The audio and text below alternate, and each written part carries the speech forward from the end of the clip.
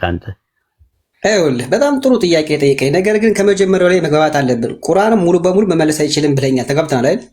ዋና ዋና ጉዳዮች ብቻ ነው እንጂ አጠቃላይ መልስ አይመልስም ብለኛል። ሁሉ ነገር እንቶ ፈንቶና አርቲቡርቲ ቶራቦራ እንትን አሁን ልጠይቅህ ስልህ ጠይቀኝ አልከኝ። ልክ ጥያቄ ስጠይቅ ደግሞ ወደዚህ መጣ። ስለዚህ ይሄን ጥያቄ ትመልሳለህ ሳትመልስ እመልስልሃለሁ። መጀመሪያ መልስ። እያንዳንዱን ለምትጠይቀኝ እያንዳንዱን ጥያቄ እመልስልሃለሁ። መጀመሪያ መልስ። መጀመሪያ መልስ። እመልሳለሁ ማለት ነው። ፈርሳል ማለት ነው። ጥያቄ ልጠይቅ ነው ስልህ አንዴ እንትናት እንደ ህፃን አታውራ። ለወርድ ነው እንደ ህፃን የምታወራኝ ከሆነ አውርደኝ። ምንም አይቀርብኝ። ማረጉ ሽልማቱ አይቀርብኝ። ጥቅሱን ፈርተዋል ማለት ነው። ትመልሳለህ ወይስ አልመለስከው? እስቲ መልሰው። አንድ ሻ መልሰው። እንግባባ። ወሂድ ውድ ወንድሜ እንግባባ። ችግር የለውም። እሺ ሂድ፣ ቀጥል እኮ መጀመሪያ በትክክል አስረድተኛል። ቁርአን አልፎ አልፎ እንጂ ሁሉንም መመለስ አይችልም ብለኛል። አላልኩም። እንደዛ አልተዘረዘረም ነው ያልኩ። ቁርአን ላይ ያልተዘረዘሩ ጉዳዮች አሉ። ሲጀመር የአደምና የሐዋ ነግሬ ያለው ቁርአን ላይ የሚመጡ ታሪኮች ወደኋላ የነበሩ ነገሮች ታሪኮች የሚመጣበት ምክንያት ሱረቱ ሁድ ምዕራፍ 11 ላይ አላህ ሲነግረን ለምዕመናን መገሰጫና ማስታወሻ እንዲሆን ተብሎ ነው የተባለው። ወደኋላ የነበረውን ነገር አላህ የሚነግረን እና ወደፊት ያለውን ነገር የሚነግረን አሁን ለመጣው መልእክተኛ መልእክቱን ለመቀበል በመቀበል የሚገኘውን ወሮታና ጸፌታ ምንዳና ትሩፋት ስርጉትና ትርሲት ሰዎች እንዴት እንደሚቀበሉና በተቃራኒው ደግሞ ፍዳና ቅጣት ሰዎች እንዴት እንደሚያገኙ ለማሳየት እንጂ እንዳልኩ ተወራቦራና አርቲቡርቲ አይደለም። ቁርአን እንደዛ አያወራም። ዝርዝር የለውም ነው ብዬ ያልኩ። መልስ የለውም አይደለም ያልኩ። ልክ ነው። ዝርዝር የለውም። እኔ ስለራሴ ለማወቅ መጀመሪያ ማወቅ ያለብኝ እናት አባቶችና አያት ቅድመ አያቶች ማወቅ አለብኝ ስለራሴ እንጂ ራሴን ብቻ ማወቅ የለብኝም። ስለዚህ መጀመሪያ የነበሩትን ሰዎች ማወቅ ያስፈልጋል፣ መመለስ ያስፈልጋል። የነዛን ሳናውቅ ስለኛ ብቻ ካወራን መልስ የለንም ማለት ነው። ስለዚህ አዳም ሔዋን ስንት ልጆች ወለዱ? ማስረጃ ዝርዝር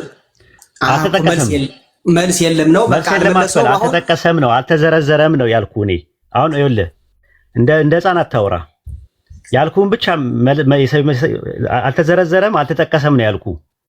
ቁርአን ላይ ስንት ልጆች እንዳላቸው በዝርዝር አልመጣም። 2 ልጆች ተጠቅሰዋል፣ ግን 2 ልጆች ብቻ ናቸው ያሉት ተብሎ አልተጠቀሰም። ምክንያቱም እህቶችም አሏቸው በሐዲስ ላይ ስትመጣ ማለት ነው። አሁን እሱ አይደለም ነጥቡ። አሁን እኔን ከመለስኩልህ ወደ ጥያቄው ሂድ። ኦሪት ዘፍጥረት ምዕራፍ 4 ቁጥር 23 ላይ ላህሜ ለሚስቱና ለአዳና ለሴላ አላቸው፣ እናንተ የላህሜ ሚስቶች ሆይ ቃሌን ስሙ፣ ነገሬን አድምጡ። እኔ ጎልማሳውን ለቁስሌ ብላቴናውን ለመወጋቴ ገድየዋለሁ አለ። ላህሜ የገደለው ጎልማሳና የወጋው ገሎ የገደለው ደግሞ ብላቴና ማና ማን ናቸው? ስማቸው ማን ነው?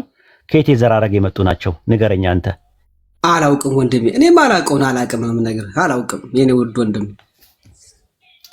ስለዚህ እንትን አይደለም መልስ የለውም ማለት ነው ባይብል።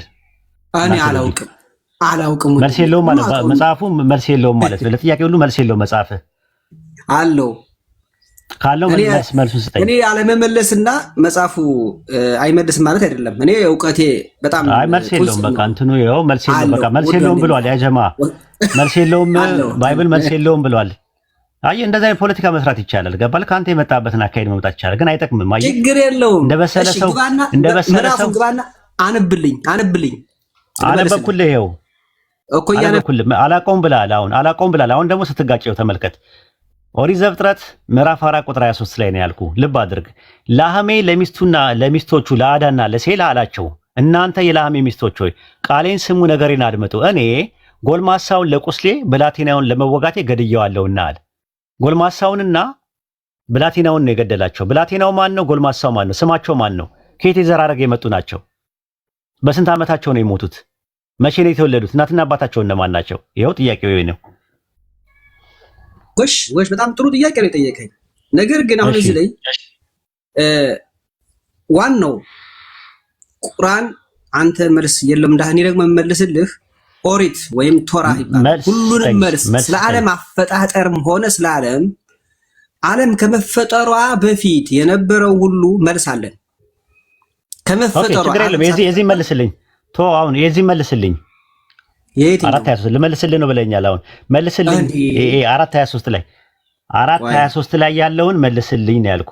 እመልሳለሁ ብለህ ነው አሁን ተናገር። ቆይ እገባለሁ። ኦሪት ዘፍጥረት ነው ያለኝ ኦሪት ዘፍጥረት 4:23 ላይ 4:23 ኦኬ ኦሪት ዘፍጥረት 4:23 ተረጋጋ ውድ ወንድሜ 4 ያው አንተ እኮ ነው ያልተረጋጋው ኖ ውድ ወንድሜ እኔ በጣም ነው የማከብረው 4:23 በማስረጃ ነው የምናወራው እንደ ህፃን ሲያረግ ለህፃናት ጥሩ ማባበል እሺ ይሄው ሴላም ይላል ይሄው ሴላ ይላል ከ22 ጀምሮ ነው ማነበልህ ምክንያቱም ሴላም ደግሞ ከናስና አማርኛ በትክክል ከናስና ከብረት ካናናስ ብለህ ትላለህ እንዴ ምን ችግር አማርኛ በትክክል አንብብ ባይብሉን በትክክል አንብብ ሴላም ደግሞ ከናስና ከብረት የሚቀጠቅጥ ዕቃን የሚሰራ ቱልባቃይንን ወለደ ነው የሚለው የቱልባቃይን እህት ናአማ ነበር ጥበበኛ ሰው ወለደ እሱ አይደለም ነጥቡ ከዛ ቁጥር 23 ነው ጥያቄ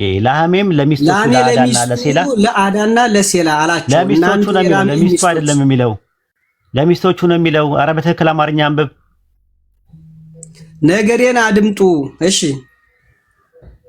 ነገሬንም አድምጡ ኧረ በትክክል መጀመሪያ አስተካክል ለሐሜ ለሚስቶቹ ነው የሚለው ለሚስቱ አይልም ቃሌንም ስሙ ነገሬንም አድምጡ እኔም አይልም እኔ ነው የሚለው ለቁስሌ ኧረ በለው አማርኛ ኧረ በትክክል አንብብ ያአላህ እኔም አትበላ እኔም እኮ ብለህ ያለው እኔም አትበል ምን አትጨምርበት እንዴ የሌለውን ነገር አትጨምርበት ብዬ ነው እኔም ያው እኮ ነው እኔ ምን ልዩነት አለ አሁን እኔ ምን የሚለው አለ ለምን ትጨምራለህ ኧረ በትክክል አንብብ ወገናችን ምን የሚለው አለ ጎልማሳውን እሺ ቀጥለው ይኸው እኔም ጎልማሳውን ለቁስሌ ብላቴናውንም ለመውጋቴ ሳይሆን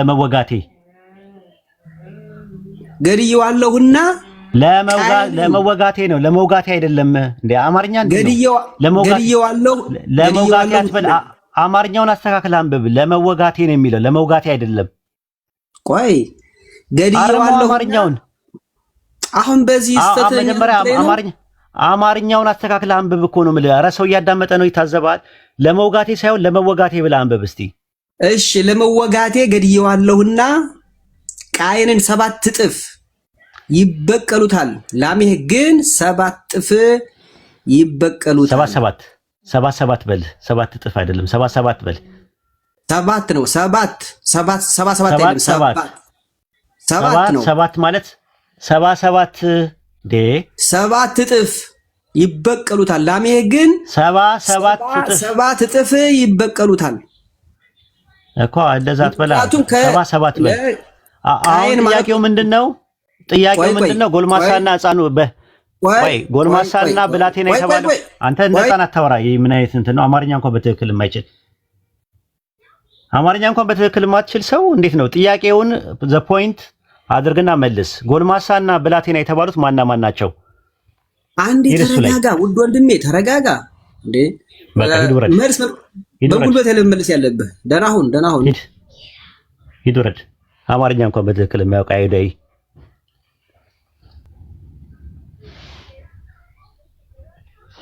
ሂድ ወረድና ታብታብ አድርግ ሁለተኛ እዚህ አካባቢ እንዳትደርስ አቅም አይደለም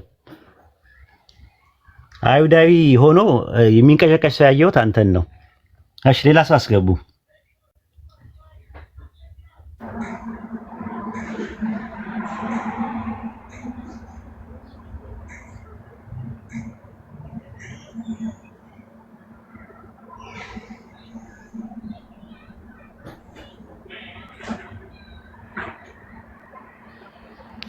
በነገራችን ላይ ይሄን ጥያቄ አይመልሰውም አላቀውም አለ መጀመሪያ ላይ ከዛ ቀጠልና ደግሞ ልመልሰው አለና አማርኛ እንኳን መስራት አይችልም ማለት ነው በነገራችን ላይ ጥያቄ መመለስ የሚችል ሰው ካለ መግባት ይችላል እሺ ሰው አስገቡ ያ ጀማ ገብታለች ኡስታዝ ክርስቲያን ነች ኦኬ መከተል ትችላለች ከፈለገች ሜሪና ይሰማሻል ኦኬ እየሰማች አይደለም መሰለኝ ሌላ ሰው አስገቡ በቃ ወርዷትና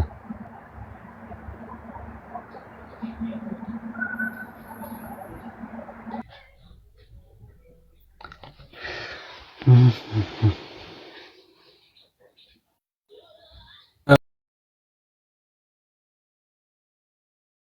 አጽንኦትና ቀሰም ማለት አጽንኦትን መስጠት ነው። በጉዳዩ ላይ ምን ያህል አጽንኦት እንደሚሰጠው ለመናገር ነው አላህ የሚምለው። አሁን የኛ ጥያቄ ምንድነው? አላህ መማሉ ከሁሉን ቻይነቱና ከኢፒስቲሞሎጂውና ከሁሉን ቻይ ኦምኒሰንስና ኦምኒ ፖተንት ከሚባለው ባህሪው ጋር የሚቃረንበትን ነገር ስታንዳርድ ከቁርአንና ከሐዲስ ልሰጠኝ ትችላለህ? እዚህ ጋር አሁን ስታንዳርድ ስተኛ የለም እኮ አሁን አንተና እኮ ያልከው እኮ ከኪስ ነው ያመጣው። ከ9 ቁጥር 8 ላይ እኮ አመጣልህ እኮ መማሉ አንተና ያልከው እኮ መማሉ ዕውቀቱን ይነካዋል የሚለውን ስታንዳርድ ከየት አመጣኸው? ይኸው አመጣውልህ እኮ ዕውቀት የሚለውን ነገር ከየት አመጣው? እሱ ቁርአን ነው። ዕውቀት እኮ መማሉ ምን ችግር አለው? መማለ አጽንኦት ነው። እኔ ራሴ አሁን ለምሳሌ ስምል ጉዳዩን አጽንኦት እየሰጠሁ ነው እያለሁ ወላሂ ብዬ ብምልልህ ጉዳዩን አጽንኦት እየሰጠው እንጂ ከዕውቀት ጋር አንጻር የሚያያዝም ነገር የለውም። አጽንኦት ከመስጠት ጋር ነው የሚያያዘው። አሁን ጥያቄ የሚነሳው ምንድን ነው? አላህ ሲምል ኦምኒሴንስ እና ኦምኒፖተንት ወይም ደግሞ በአንድ ጊዜ ሁሉን ነገር አዋቂና ሁሉን ቻይ አለመሆኑን እንደ ስታንዳርድ አድርገህ ያስክበት የቁርአን አንቀጽ ወይም ኢስላሚክ ቴዎሎጂ የትኛው ነው? እኔ ያስኩበት ለምሳሌ ሊሚትስ ኖሌጅ የሚባል አለ። እኮ መማሉ ሊሚትድ ነው የሚለውን ነገር ስታንዳርዱን ከየት ላገኝ ይችላል? ነው አይደል? እኔ አላልኩም መማሉ ሳይሆን የሰው ልጅ ለምሳሌ ሊሚትስ ኖሌጅ ነው። አእምሮ ማንም የሚደርስበት የሚችል ነገር ነው። ግን አላህ የተጠየቀው ጥያቄ ስለማላ ነው። አላህ የማይደርስበት ነው እንስማማለን። የተጠየቀው ጥያቄ መማሉ ዲቫይን አትሪቢዩቱን የሚነካበት ይችላል። ምን ችግር አለው? ምን ችግር አለው ነው እኮ መማሉ ችግር ያለውን ነገር አልነገርከንም እኮ ሚኪ። ችግሩ የሚመጣበት ደግሞ ዲቫይን ኔቸሩ ላይ ባህሪው ላይ ችግር ያመጣል። ነው የምልህ። እንዴት አምላክ ምን ያመጣል? አሁን ለምሳሌ ለምን አይምልም? አምላክ ይምላል አይደለ? ቁርአኑ ኦኬ። በሚታይና በማይታይ ይላል። በሚታይ የምትለው በረሱል በምን አልከኝ አይደለ? በማይታይ ደግሞ በመላእክት ማለው ምን ችግር እንደሚያመጣ ስታንዳርድ ስጠን ነው ያልኩ ሚኪ። እንዴት አምላክ ሆኖ ሁሉን ቻይ ሆኖ እንዴት በእንትን ይምላል? በሚታይና በማይታይ እኮ ምን የሚያጎለው ነገር? አሁን እኛ ጥያቄያችን እኮ እሱ ነው። መማሉ ሁሉን ቻይነቱን የሚነካው የሆነ ስታንዳርድ ነገር እኮ ማምጣት አለብህ እኮ። ዲቫይን ስታንዳርድ ማምጣት አለብህ፣ የሆነ ነገር ማምጣት አለብህ። ለምሳሌ አላህ ያውቃል ካልክ የማያውቀው ነገር ካደረገ ያኔ እንደዚህ ብለህ ትችላለህ። መማሉ የእውቀት የሆነውን ነገር ያጎለዋል የሚል ስታንዳርዱን ከየት አመጣኸው? ኦኬ አሁን እኮ አላህ እኮ በእነዚህ የማለ ያረጋገጠ ነው አይደል? እኮ አጽንኦት ነው ለእኛ እየሰጠን ነው ያለው። ለእኛ አጽንኦት እየሰጠን ነው፣ አንክሮት እየሰጠን ነው ያለው እንጂ ኖርማሊ ፈጣሪ ከፈጣሪ እውቀት ጋር ያያያዝክበትን ነገር ነው እኛው ማግኘት ያልቻልነው እኮ። አሁን ለምሳሌ ካየነው ለምሳሌ የሚታዩ ነገር ከተወሰደ ፀሐይና ጨረቃ ይታያሉ አይደል? እኮ መማሉ ምንድነው ችግሩ እኮ ነው። እኔ አሁን እኮ አይታየኝም እኮ አሁን ለኔ ያሳየኝ እስቲ ከሱ በታች በሆኑ ሳለ እንዴት በእነሱ ይምላለው? በፈለገው ነገር መማል ይችላል አላህ። መብቱ ነው ማለት ነው። አዎ እስቲ ክልክል የሆነበትን ነገር አንተና ማስረጃ ስጠኝ።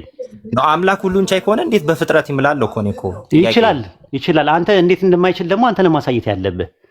ኖ እኔ እኮ የጠየቅኩህ እኮ አምላክ ሁሉን ቻይ ነው ትላላችሁ አልኩ። ደግሞ አይደረስበትም። ሁሉን ቻይ ነው፣ በተፈጠረው ነገር ሁሉ ይምላል። በሚፈልገው ነገር መማል ይችላል ሁሉን ቻይ ስለሆነ።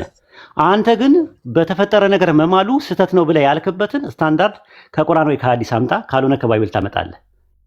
ነው ይሄው ቁርአን እኮ አመጣው ሱራ 69 36 ምንም በቃ እንደማለት ነው የሚናገረው። ይሄው ያውጣና ያሳየ መማሉ ፕሮብሌም አለበት ቴዎሎጂካል ፋክተር አለው የሚል ነገር የለውም ጥቅሱ ላይ። ያውጣና ያሳየ ችግር አለበት ዲቫይን ኔቸሩ ላልኩህ እኮ አላልክ? የለም አይልማ እንደዛ። አንተ ነው ያልከው፣ ያንተ ነው ከኪሳያ ነው ያልከው። ስታንዳርዱ ያንተ ነው እንጂ ወሂድ መማል ሲጀምር የሚችለው ማን ነው? የሰው ልጅ ነው? ፈጣሪ ነው? ፈጣሪም ይምላል። ኦኬ ፈጣሪ የሚምል ከሆነ ስለዚህ የእሱ ዲቫይን ኔቸሩ ላይ እንትን አለበት ማለት ነው፣ ችግር አለበት ማለት ነው። የለበትም አለ እሱ ያንተ ነው ከኪስ ነው የምታወራው። በሚታይ ነገር እኮ እየማለ ነው እኮ። በሚታይ ነገር በፈለገው ነገር ይምላል። ስለዚህ ለሱ ይመጥነዋል እያልከኝ ነው? ለመለኮ እንደዚህ ምንም የሚነካው ነገር የለም። ምንም የሚነካው ዲቫይን ፋክተር ላይ ምንም የሚነካው ነገር የለም። ምንም የሚነካ የለም። ምንም የሚነካው ነገር የለም። አምጣ እኮ አልኩህ። ከቁርአን ኮይ ከሐዲስ አምጣ፣ ጥቅስ አምጣና ይሄ ነገር ይነካዋል ብለህ ሎጂካል አርጊውመንትም ከፈለክ አምጣ። ኢፒስቴሞሎጂካል፣ ሜታፊዚካል፣ ኦንቶሎጂካል የለም አላመጣም። ሁሉን ቻይነቱ መማሉ ሁሉን ቻይነቱን የሚነካው ነገር አምጣ ነው ያልኩህ። ሁሉን ቻይ ስለሆነ ነው በፈለገው ነገር የሚምለው እንጂ ሁሉን ቻይ መሆኑ ሁሉን ቻይ ሆኖ መማሉ ሁሉን ቻይነቱን ያጎለዋል የሚል ማስረጃ አምጣ ከቁርአን ወይ ከሐዲስ ስታንዳርድ አምጣ እኮ አቀረብኩልህ እኮ እዛው ሱራ 68 ላይ አያወራም ስለዛ እስቲ ያውጣለት በማይታይና በሚታይ እምላለሁ ይላል አይደል እንዴ እምላለሁ ይላል ምን ታዲያ ምኑን ነካው መማሉ ነው እንጂ ያመጣኸው መማሉ ይኸውልህ ሚኪ መማሉን ነው እንጂ ያመጣኸው በመማሉ ዲቫይን ኔቸሩን ወይም ደግሞ ዲቫይን አትሪቢዩቱን የነካበትን ጥቅስ አላመጣህም እስካሁን ድረስ እየጠበቅን ነው እኮ አመጣው እኮ እኔ እኮ ማሐለው ያለመጣም ጥቅስን ያመጣው አላህ እንደማለ ነው ያመጣው እኮ አላህ እንደማለ ነው ጥቅሱ የመጣው እኮ ጥቅሱን እኮ አመጣው እኮ እኔ እኮ አንድ ነገር አነሳው ጥቅስ ምን ያደርግልኛል ጥቅስ ምን ያደርግልኛል እኮ ችግር እንዳለበት ምንም ያሳየው ነገር እኮ የለም ሚኪ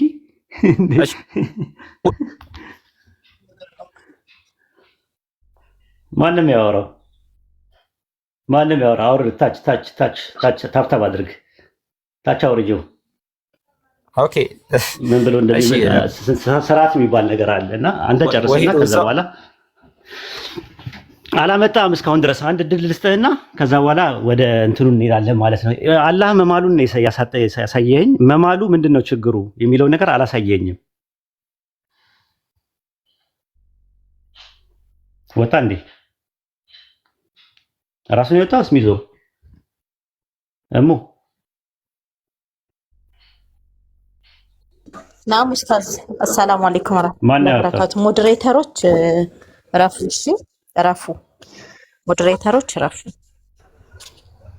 ከኡስታዝ ጋራ ያ ከሚወያይም እዚህ ጋር የሚወያዩት ሰዎች በአጠቃላይ እንትን አላቸው አድሚን አላቸው ኤቨርም ስሚዝም ኡስታዝም ሁሉም ራሳቸው ያው ሲሉ አውሩት ኡስታዝ ሰላም አለይኩም አሁን እንስበዋለሁ አልገባኝም ራሳችሁ ናችሁ ያሰጣችሁት ወይስ ራሱ ነው የወጣው ለምን አትነግሩንም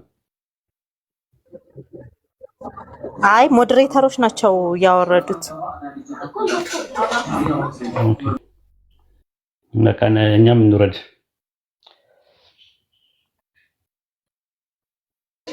አይ ኡስታዝ ቆይ እንትን ስላላልኩ እኮ ነው ኔትወርክም ቢያለኝ ስፒዝ ወይ ደግሞ ኤቨር ሳቡት እኔ ኔትወርክም ማንቀሳቀስ አልቻልኩም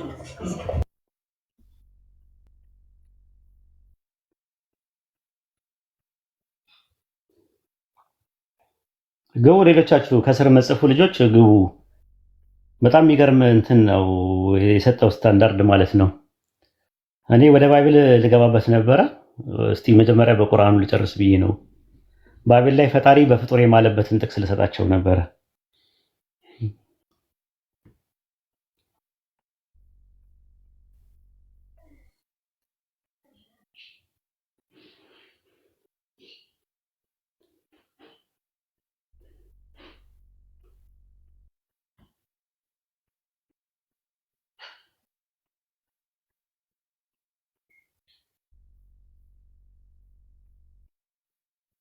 ልጅ የት አለ የተባለው ልጅ ይሄ ስርዓት የለውም ኦሪጂናል ቁጭ አድርጊው ይተብተብ ገብቷል ግን ጥቁር ነው ገብቷል ግን ኔትወርኩ መሰለኝ ጥቁር ነው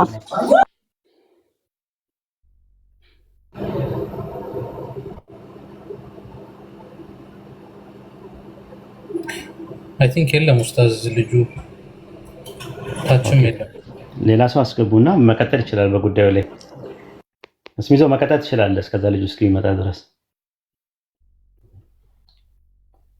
እስሚዞ እስሚዝ ፖዝ ነው ኡስታዝ እዚህ የተነሳው ሐሳብ ላይ ግን ኡስታዝ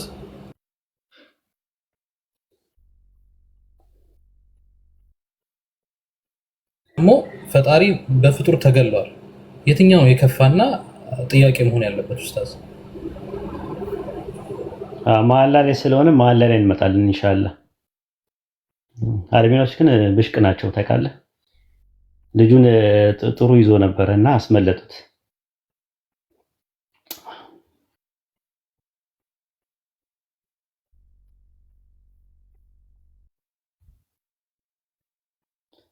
ካልሆነ ቤት አትክፈቱ እንደዚህ ተስፋው ሆነ ማለት ነው ቤታችሁን ኮንትሮል ማታረጉ ከሆነ በአድሚኖች ቤት ባትከፍቱ ጥሩ ነው እሙ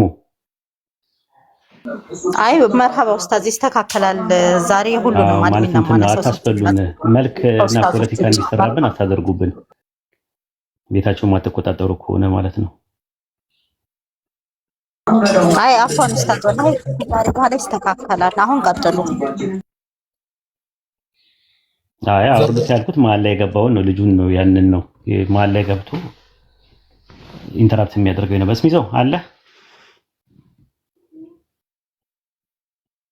በስሚዘው አለ ይሰማል።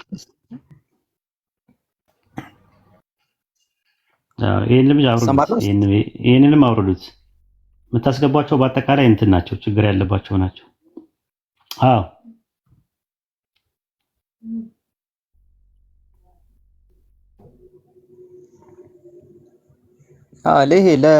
አንተን ተከትዬ መጥቼ እኮ ነው እስሚዝ አንተን ተከትዬ መጥቼ እኮ ነው ሲያንቀለቀለኝ እንጂ እኔ እኮ ሙአሚንም ባቃትም እኔ ማላውቀው ቤት ውስጥ አልገባም። ይቅርታ አድርግልኝ።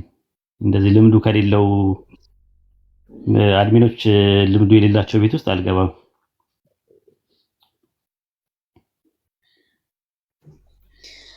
የቅድሙ ልጅ በስርዓት እየተወያየ እንትን ይሄ ማን ነው አንድ መጣና በቃ ማይሆን ጀመሩ ምናምን ከዛ በኋላ ነው እንትን ያደረገው። ዴቭ አንድ ነገር ላይ ወጥረህ ስትይዘው መሳደቡ አይቀርም። ሁሱ ቤትማ አይቼዋለሁ። አንድ ቀን ሲያወሩ ከኢብራሂም ጋር ሲያወሩ ተረጋግተህ አውራ ስለው እሱ ካቃተው አንተ ግባ ምናምን ብሎ ፖለቲካ ለመስራት ሞከረና አወረዱት። እና ልጁ እንደዛ ነው። እንዳትለማመጧቸው። በቃ አንዴ ትጠይቃላችሁ፣ ሁለቴ ትጠይቃላችሁ። ወደ ጭቅጭቅ ንትርክ ሊያመሩ የሚችሉ ነገሮችን መተው ጥሩ ነው። ጊዜና ለማቃጠል ነው። ጀዛከላ የአሁኑ ኡስታዝ መሐላው ላይ ትንሽ ብትሄድበት ምንድነው አሁን ነጥቡ? ቆይ አሁን እኮ ለመሄድ እኮ ልጁ ቢኖር እኮ ጥሩ ነበር። አሁን ምንድነው ያደረጋችሁት? አስበሉን በደንብ አለው። ፖለቲካን ያሰሩብን። ልጁ ማውረድ አልነበረባቸውም። አውርዱ እስካልተሳደበ ድረስ ጥሩ እየሄደ ነበረ። ቁርአን ላይ አስጨርሰነው ስንጨርስ ወደ ባይብልም ልንገባ ነበረ እና አስመለጡት ማለት ነው ልጁን። እና ሞራል ለማውራት እንኳን ሞራሉ ያለኝ አይመስለኝም። ባይብል ላይም ገብተን በፍጡር የማለበትን ጥቅሶች መስጠት ይቻል ነበር።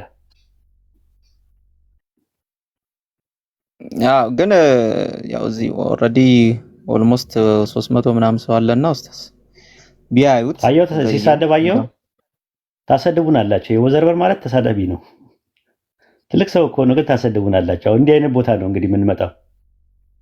አላህን እያሰደባችሁ ጥቁር ድንጋይ እያላችሁ ታሰድባላችሁ። አይ ሰውዬማ ሙአሚን አዝናለሁ። ቤቴ ስለመጣው አዝናለሁ። እኔ ወላሂ ኡስታዝ አረባ አላህ ወላሂ ኔትወርክ ቢያለኝ ማንቀሳቀስ አልቻልኩም። ኡስታዝ ማንቀሳቀስ አልቻልኩም ኔትወርኬን ወላሂ ለአዚም አላህ እየተሰደበ ኧረ ኡስታዝ በአላህ ወላሂ ኔትወርክ ማንቀሳቀስ አልቻልኩም። እኔ ያላህ ስም ተሰድቦ ቤት ውስጥ መንኳል። መልካም ግን ኤቨር ሞዴሬተር እኮ አላቸው። ሞዴሬተር አላችሁ። እኔ ማንቀሳቀስ አልቻልኩም ቤቱን። ያ አላህ እኔ ምንም ማንቀሳቀስ ቤቱን አልቻልኩም። ምንም ሞዴሬተሪ ማንቀሳቀስ አልቻልኩም። ወላሂ ዛሬ ግን ማለት ነው አፉ በሉኝና ሴቶች አጠቃላይ ሞዴሬተራችሁን ነው የማነሳው። አጠቃላይ ሴቶች አጠቃላይ ማለት ነው። በጣም ነው ያዘንኩባችሁ። ኡስታዝ ተቀምጦ እርስ በርሳችሁ ከምትስተሳሰቡ እየተወያየ ያለውን ሰው አትተውትም። ብልግና ነው የሰራችሁት። ወላሂ ሴቶች አጠቃላይ ሴቶች ብዬ ነው የዘጋሁት። በጣም ነው የምታሳዝኑት። ምክንያቱም ማንና ማን እንደሆናችሁ ራሳችሁ ታውቃላችሁ ሴቶች። ኡስታዞች መጥተው ሲወያዩ እኛ እንተዋወቃለን አይደለ? ብንተዋወቅም ለነሱ ጊዜና ሰዓት መስጠት መቻል አለብን። እኔ ሞዴሬተሪ ቤቱን ማኔጅ ማድረግ አቅቶኛል በኔትወርክ ሰበብ። እናንተ እየተወያየ ያለውን ሰው ከምታስወርዱ ከታች ኮሜንት ማኔጅ አታደርጉም? የሆነ እርስ በርሳችሁ አትሳሳቡ። ኤቨር ቀጥል። አፏን እስኪ ኔትወርኬን ላስተካክለው። መግባት የሚችል ሰውና ማወያየት የሚችል ሰው ካለ አወያይ።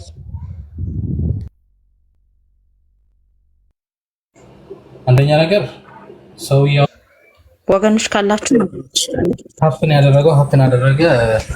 ኢንሻአላህ ቀጣይ እናስተካክላለን። ኢንሻአላህ ኡስታዝም ተመልሶ መጥቶ ኢንሻአላህ ሌላ ጊዜ እንዲያስተምረን እናደርጋለን። አላህ ካለ ችግር የለውም። በቃ ምናልባትም እነሱ ይሄ የተደረበው ልጅ ይውረድ ሲል ተሳስተው ያንኛውን ያወረዱት መስሎኛል። አላውቅም፣ እንደዛም ሊሆን ይችላል። ሁለቱንም ነው ደግሞ ያወረዱት። ሁለቱንም ነው ያወረዱት እኮ አንዱን እኮ አይደለም፣ ሁለቱንም ደብ መጥቶልሻል። አንቺ ይውረድ ሰው መጥቶልኛል። እኔ መጥቶልኛል። ያወረደው ሰው መጥቶልኛል። ግን ያወረደውን ሰው ብቻ ሳይሆን እንዳለ ነው አሁን የሴቶችን እንዳለ ሞዴሬተር ነው ማለት ነው። ምክንያቱም በተደጋጋሚ ችግሮችን የሴቶች ላይ እያየሁ ነው። ኮንትሮል ማድረግ ላይ የለም ይመስለኝ የሆነ ሚስአንደርስታንድ ነው የተፈጠረው። አንደኛ ኢትስ ሃፕን ብዙ ጊዜ እንደዛ አይነት ነገር በአጋጣሚ ሃፕን ይሆናል። ሁለተኛ ይውረድ ያኛው ላይክ በመሀል ኢንተራፕት አድርጎ ነበር። እሱ ይውረድ ሲል ያ ይሄ ተናጋሪው የተባለ መስሎ ይመስለኛል። ጀስት ሰምሃው ሚስአንደርስቱድ ነው የተደረገው እና ኦልሬዲ አልፈዋል። የሚመለስ ነገር አይደለምና ለኸይር ነው።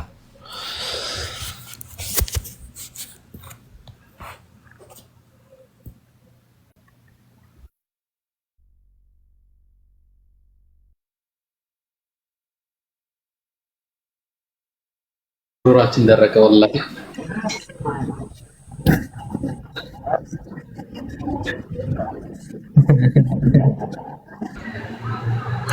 ምን ለማለት ፈልጎ ነው?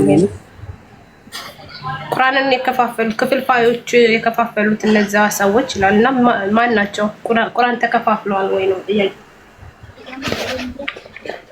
እሺ ኡስታዝ አለ ይመቻል።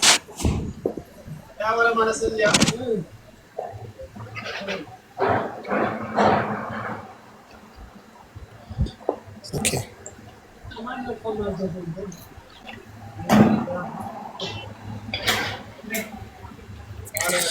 እሺ ሙፈሲሮችን ከተመለከትን አንድ ጊዜ ላውጣልሽና ከዛው ላይ ብነግርሽ ይሻላል።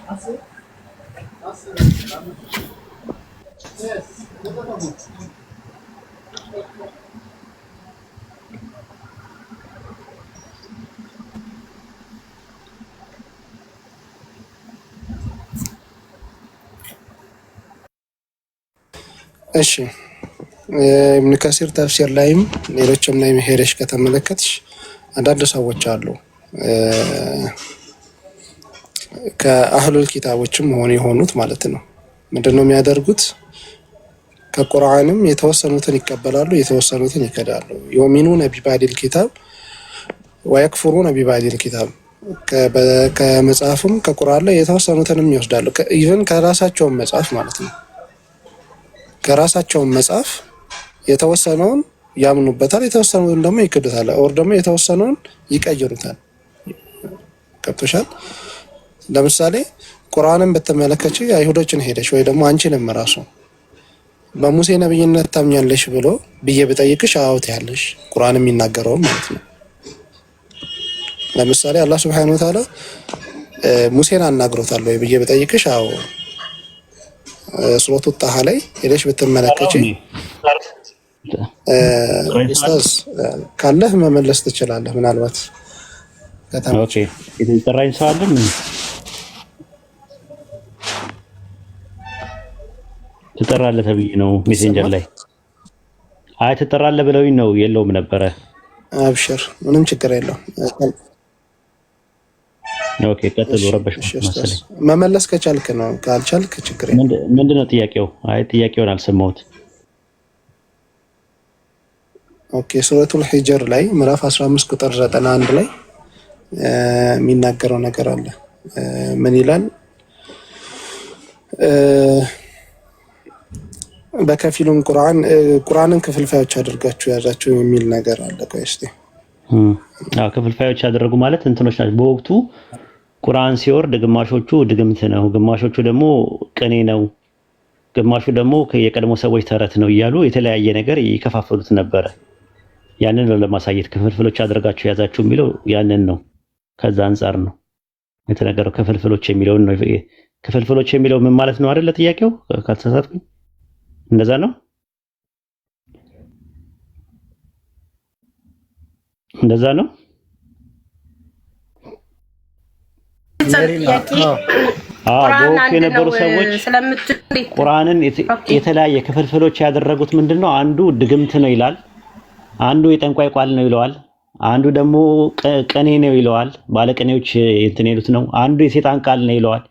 አንዱ ደግሞ ከቀድሞ ሰዎች የነበረ ተረት ነው ይለዋል። እና ቁርአንን በተለያየ ነገር ከፋፈሉት፣ ማለት እንዲህ በማለት ከፋፈሉት። አንዱ እንደዚህ ነው እያሉ የተለያየ ስም ሰጡት ነው ለማለት የተፈለገው። ኢብኑ አባስ ተፍሲሩ ጀላለይን፣ ኢብኑ ከሲር በዚህ መልክና ልክ ነው ያስቀመጡት። ይሄን ይመስላል።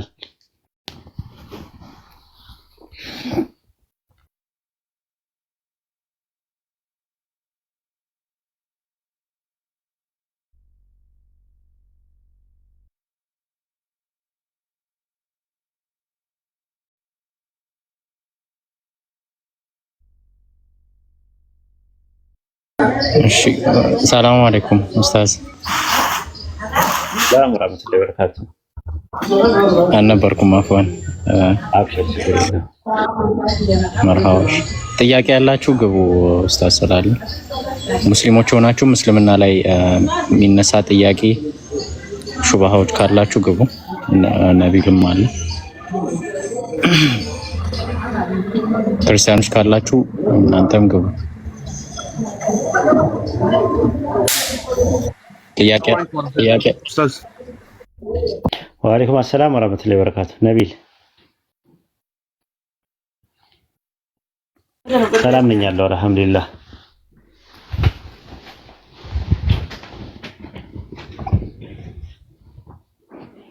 እና እዛ ላይ ብታወራበት ቁርአን አይ ቲንክ ከናሚር ጋር ያወራንበት የነበረ ሪከርድ ላይ እና ስለ ቁርአን ነበረና ቁርአን ለፍዙ ሰው ሲናገረውና እንዴት ነው የሚለው ጥያቄ አይ ቲንክ አይተቋል መሰለኝ። ሙባረክ ራሱ ካለ ሙባረክ ባለበት መነጋገሩ ይሻላል። ሙባረክ በሌለበት ግን ያው መነጋገሩ ጥቅም የለውም። ራሱ ጥያቄውን ያነሳው ራሱ ነው። አንዳንድ ጊዜ የምንወያይበትን ቦታ ብንመርጥ ጥሩ ነው። አንዳንዴ የንጽጽር ቦታ ላይ አለ፣ እንደና ደግሞ ትምህርት የምንማርበት ትምህርት ቦታ አለ። ስለዚህ ትምህርት ላይ መማር የሚገባንን ትምህርት ቦታ ላይ እዚህ ንጽጽር ላይ አምጥተን ኮንፊውዝድ ማድረጉ አግባብነት ያለው አይመስለኝም። ግን ጥያቄው እንደ ጥያቄ ከተነሳ መልስ መስጠት ግድ ይላል ማለት ነው።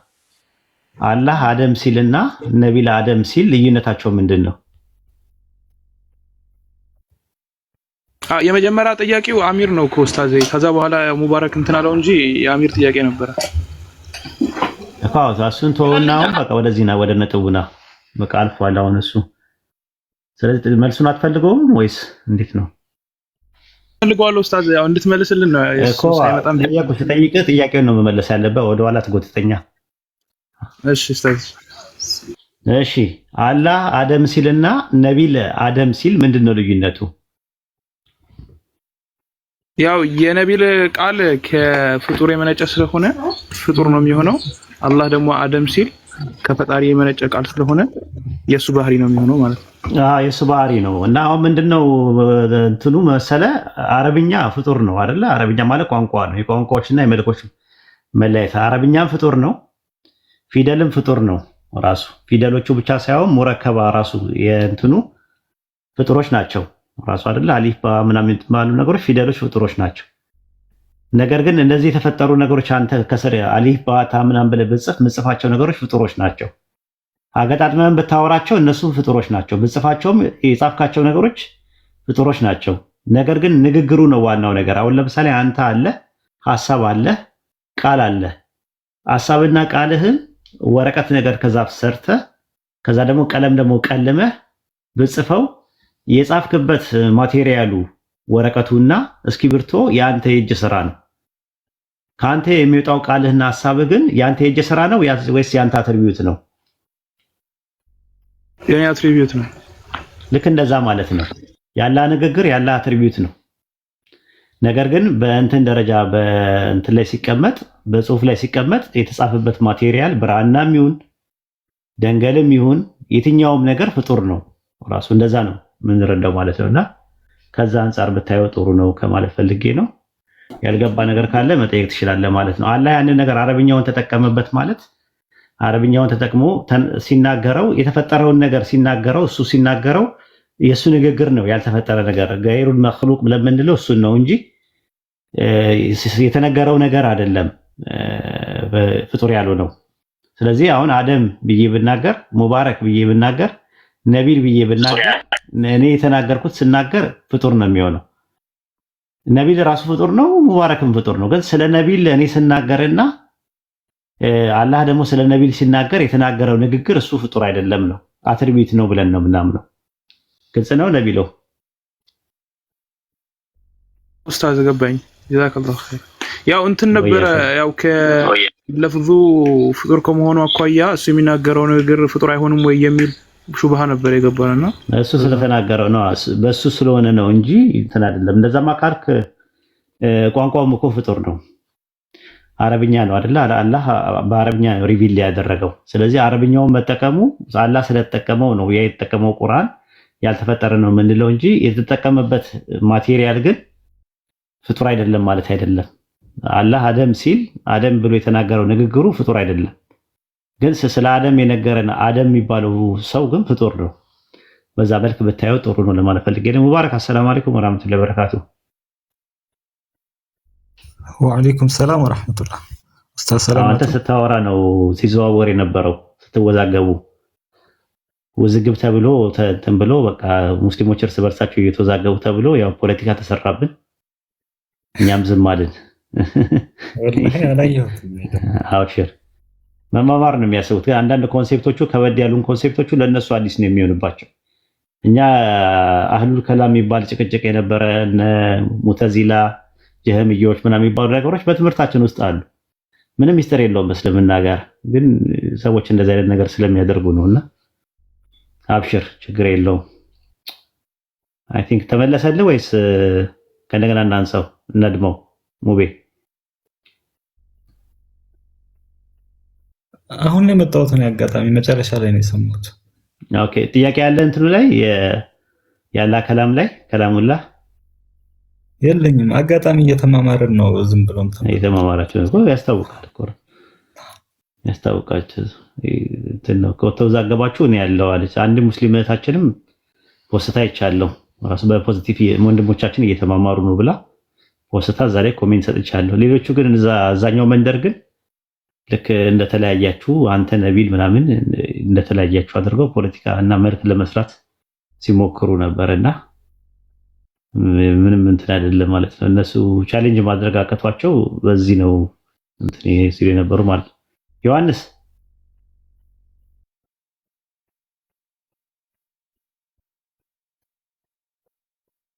ቅድም ጣልቃ ሲገባ የነበረው ነው ዮሐንስ ይሄኛው ቅድም ከሚኪ ጋር ስንወያይ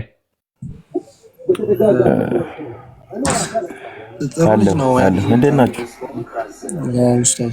ቅድም እዛኛው ቤት የነበረው ልጅ ነው። ኧረ እኔ ከእንቅልፌ አሁን ነው የተነሳሁት። ታው በአጋጣሚ ሲገባ እዚህ የምፈልገው ሀሳብ ላይ እያወራችሁ ስለነበረ ነው ዘው ብዬ የገባሁት እንጂ አላወራሁም። እሺ አወራ ችግር የለም። አንድ ልጅ አለ መሀል ላይ ገብቶ ሲረዳ አይ ማውራት አልፈልግም ደበረበጥጥ አዎ ይሄንን ሀሳብ የምፈልገው ሀሳብ ስለሆነ ነው። እሺ ችግር የለውም። መጠየቅ ከፈለክ ጠይቅ፣ መጠየቅ ካልፈለክም ደግሞ ችግር የለውም ተቀመጥ። እፈልጋለሁ ግን ያው በጀመራችሁት ሀሳብ ነው ዋናው። እኛ ስናወራ የነበረው ስለ ማስ ስፖርት ማጠናከሪያ ነው። እዛ ላይ የምትለው ነገር አለ? ደጋግሞ አስሞክረው ነው ትክክለኛው። የአላህ ከላማ ላይ ነው ምናምን ያልክ እንደዛ ነው ያወራችሁ ያላችሁ ነበርክ ማለት ነው። ኧረ አዎ ብዙስ ባልሰማም ጨርሼ ባልሰማም ሰምቻለሁ። ኦኬ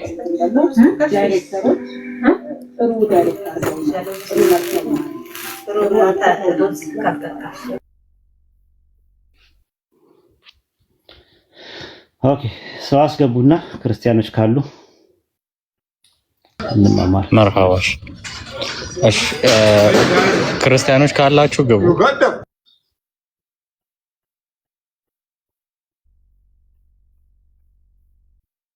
ምናልባት ክርስቲያኖች እስከሚገቡ ድረስ ዮሐንስ ለምንድን ነው ሙስሊም የማትሆነው? አንተ ግን አንዴ እየበላሁ ስለሆነ ነው ሚት ያደረኩት። አንዴ እናወራለን። ጥያቄ አለኝ እኔ ያለውን አልሰማህም እንዴ? ኢየሱስ ያለውን አልሰማህም? አዎ ሰምቻለሁ። አሁን የሆነ ነገር ልትል ነው አውቃለሁ።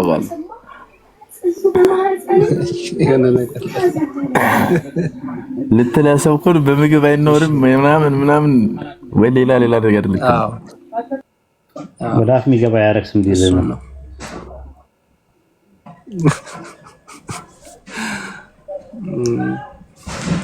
ችግር የለውም። እያኛ ከቤተሰብ አባል ቀርቷል።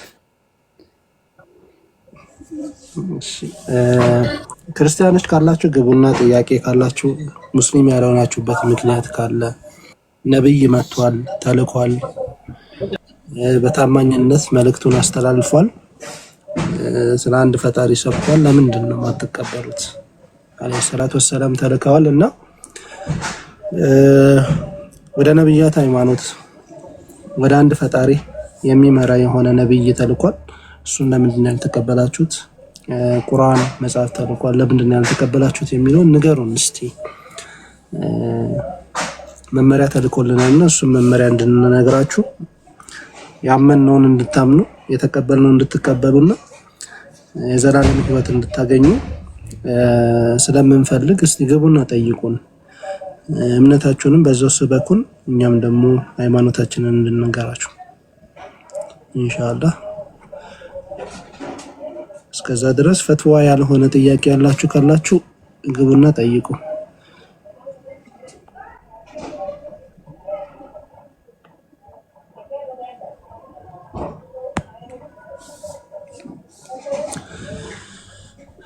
ኢንሻአላህ።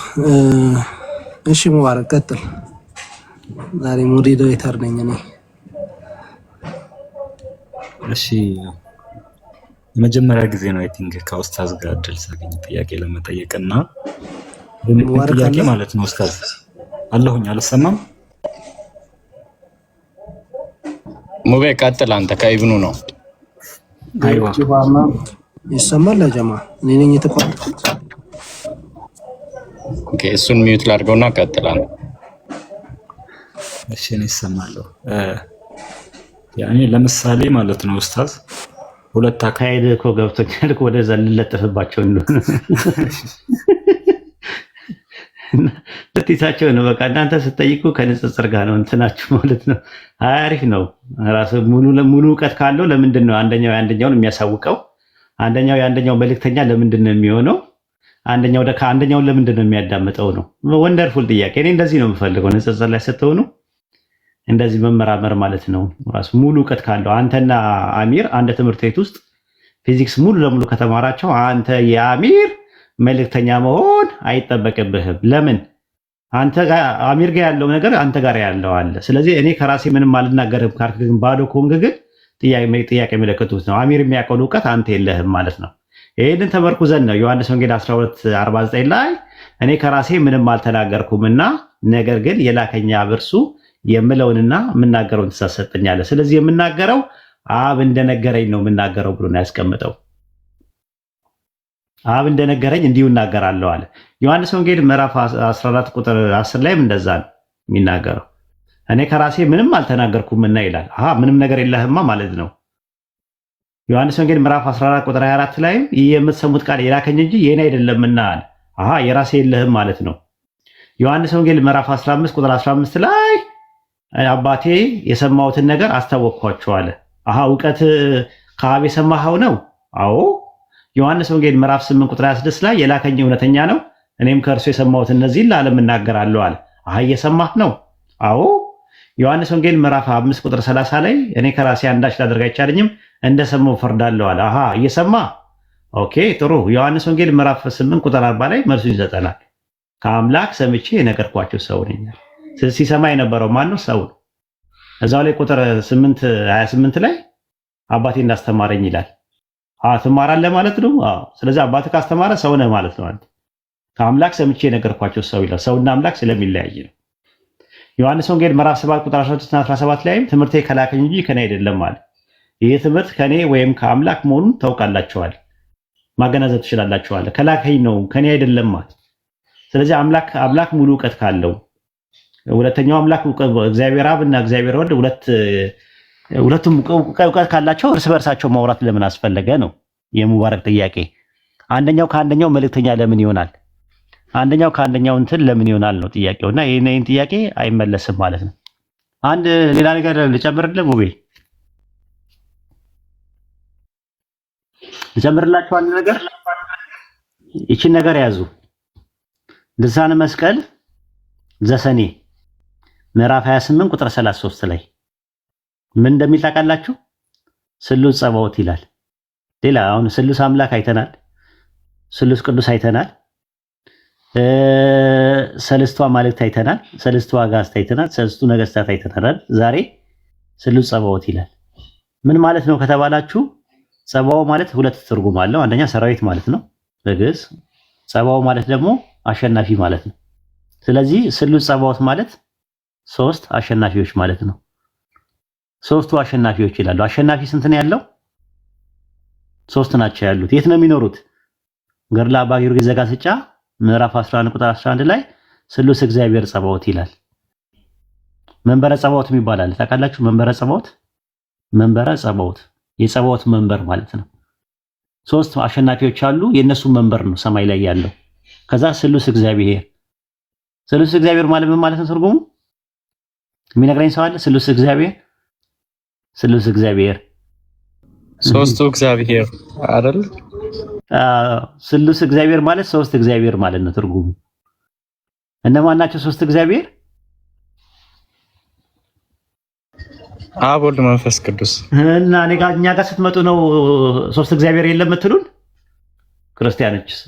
ስሉስ እግዚአብሔር አባ ጊዮርጊስ ዘጋስጫ ምዕራፍ 11 ቁጥር 11 ላይ ስሉስ እግዚአብሔር ጸባዖት፣ በመንበረ ጸባዖት ላይ የተቀመጠው ጸባዖት ሶስት ጸባዖት ነው። ስሉስ ጸባዖት ነው ራሱ ስሉስ። ሶስት ጸባዖቶች ናቸው ያሉት በላይ የተቀመጡት። እኛ ጋር ሲመጡ አረ ሶስት አምላክ አንልም ይላሉ። እና አንደኛው ከአንደኛው ጋር ያወራል። አምላክ ከአምላክ ጋር ካወራ ምንድነው የሚሆነው? ምኑትን ነው በቃ ሙቤ እንዳለው አምላክ ሙሉ ዕውቀት ኖሮት፣ ሌላ አምላክ ደግሞ ሙሉ ዕውቀት ኖሮት አምላክ ከአምላክ ጋር ካወሩ ወደ ስንት አምላክ ይሆናል? አንደኛው ጋር ለምንስ ያወራሉ? ሙሉ ዕውቀት ካላቸው። ሙቤ እንደዛ ነው ለሐሳብህ?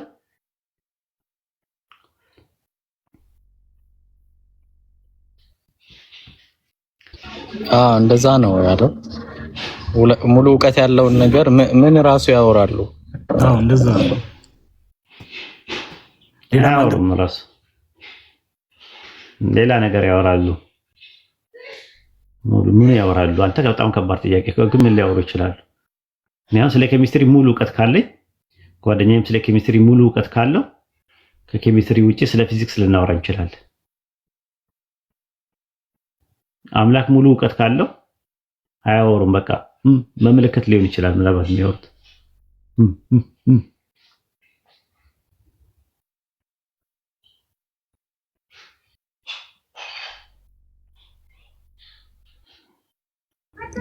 ሲያምጣው ኔቨር ናግባ ሰማሊ ኔቨር ናግባ አላ ቁርአን ይቀራ የለ ወይ? መናገር እኮ ነው። መናገርን ራሱ መቅራት የሚለው መናገር በሚል ይመጣል ከፈለክ። መጀመሪያ እሱ እኮ ነው የቀረው ከሰው መጀመሪያ አላህ አይደል እንደ የቀረው ቁርአን ራሱ። ልክ እኮ ነው ልጁ። እስቲ ማስረጃ ይኖራል? አባባሉ ልክ ባይላይሆን እንዴ የእሱ ንግግር ነው ከተባለ ምንም ማስረጃ ማምጣት አይጠበቅም። በቃ ተዘዝቻለሁ ተዘዝቻለሁ። መናገርን ነው መቅራት የሚለው መናገር በሚለው ከመጣ ነው።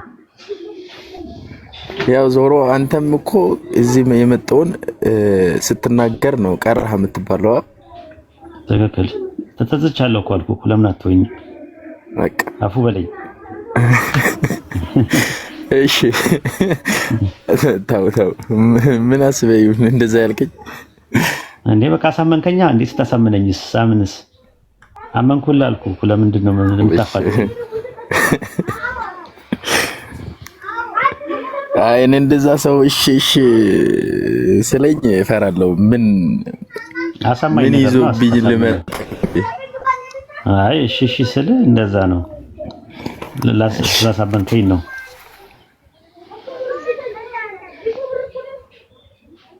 አሪፍ ልጠይቅ ነው ልጠይቁኝ ነው? በቅድሙ ሀሳብ ትንሽ ብታወሩበት አሪፍ ነው። ጨርሳችሁ ከሆነ ኖርማል ነው። ጨርሰናል ወይ? እዛ ላይ ዝም ብዬ ልጠይቃችሁና ልጨምርበት። ኦርቶዶክስ ነህ? ካቶሊክ ነህ? ፕሮቴስታንት ነህ?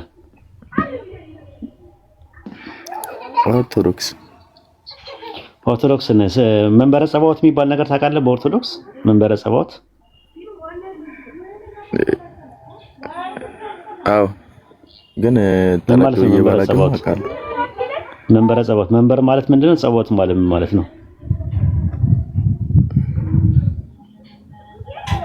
መንበረ ማለት ልጠይቀው እንዴ? መንበር ማለት ያው ዙፋን ማለት ነው አይደል?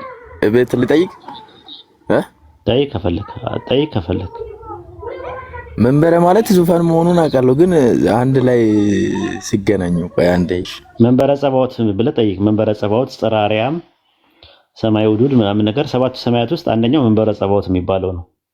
መንበረ ጸባዖት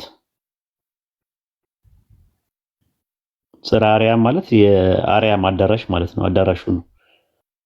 ሰማይ ውዱድ የሚባል አለ።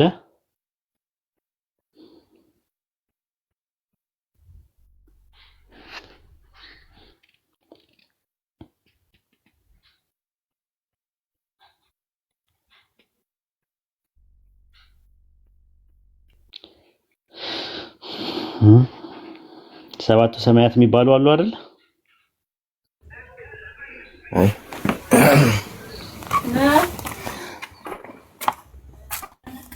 ጠይቀህ መጣ? አዎ፣ አታውቅም እባክህ። ፋዘር ብኖር ይመልስልኝ ነበር። የለም እሱ። ኦኬ፣ ልንገርህ። እኔ ሰባቱ ሰማያት የሚባሉ አሉ አይደል? እሺ፣ ሰባቱ ሰማያት የሚባሉት ጽርሐ አርያም፣ መንበረ ስብሐት፣ ሰማይ ውዱድ፣ ኢዮር፣ ራማ፣ ኤረር እና ኢየሩሳሌም ሰማያዊት ኢየሩሳሌም የምትባለዋ ናቸው። ሰባት ናቸው። ከሰባቱ ውስጥ አንደኛው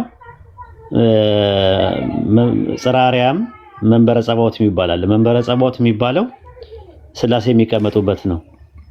ስላሴዎች የሚቀመጡበት መንበር ነው። እዛ መንበር ላይ ሲቀመጡ የሚቀመጡት ሶስት ተቀማጮች አሉ። ራሱ መንበረ ጸባዖት የጸባዖት መቀመጫ ማለት ነው። ጸባዖት ማለት አሸናፊ ማለት ነው። ጸባዖት ማለት ደግሞ አሸናፊዎች ማለት ናቸው። ሶስት አሸናፊዎች አሉ። ስሉስ ጸባዖት አሉ ይላል። ሶስት አሸናፊዎች አሉት። እነማን ናቸው ሶስቱ አሸናፊዎች? አብ ወልድ መንፈስ ቅዱስ። ሶስት አሸናፊዎች ናቸው። ሶስት አሸናፊዎች ናቸው። ግን ያው ለማስረዳት ስትል እንደዛ ትጠቀማለህ። ገለ አባገር ዘጋስጫ ምዕራፍ 11 ቁጥር 11 ላይ ደግሞ ስሉስ እግዚአብሔር ጸባዖት ይላል። ስሉስ እግዚአብሔር ይላል። ምን ማለት ነው ትርጉሙ? እነዛ ጸባዖት የሚባሉት ስሉስ እግዚአብሔር ናቸው።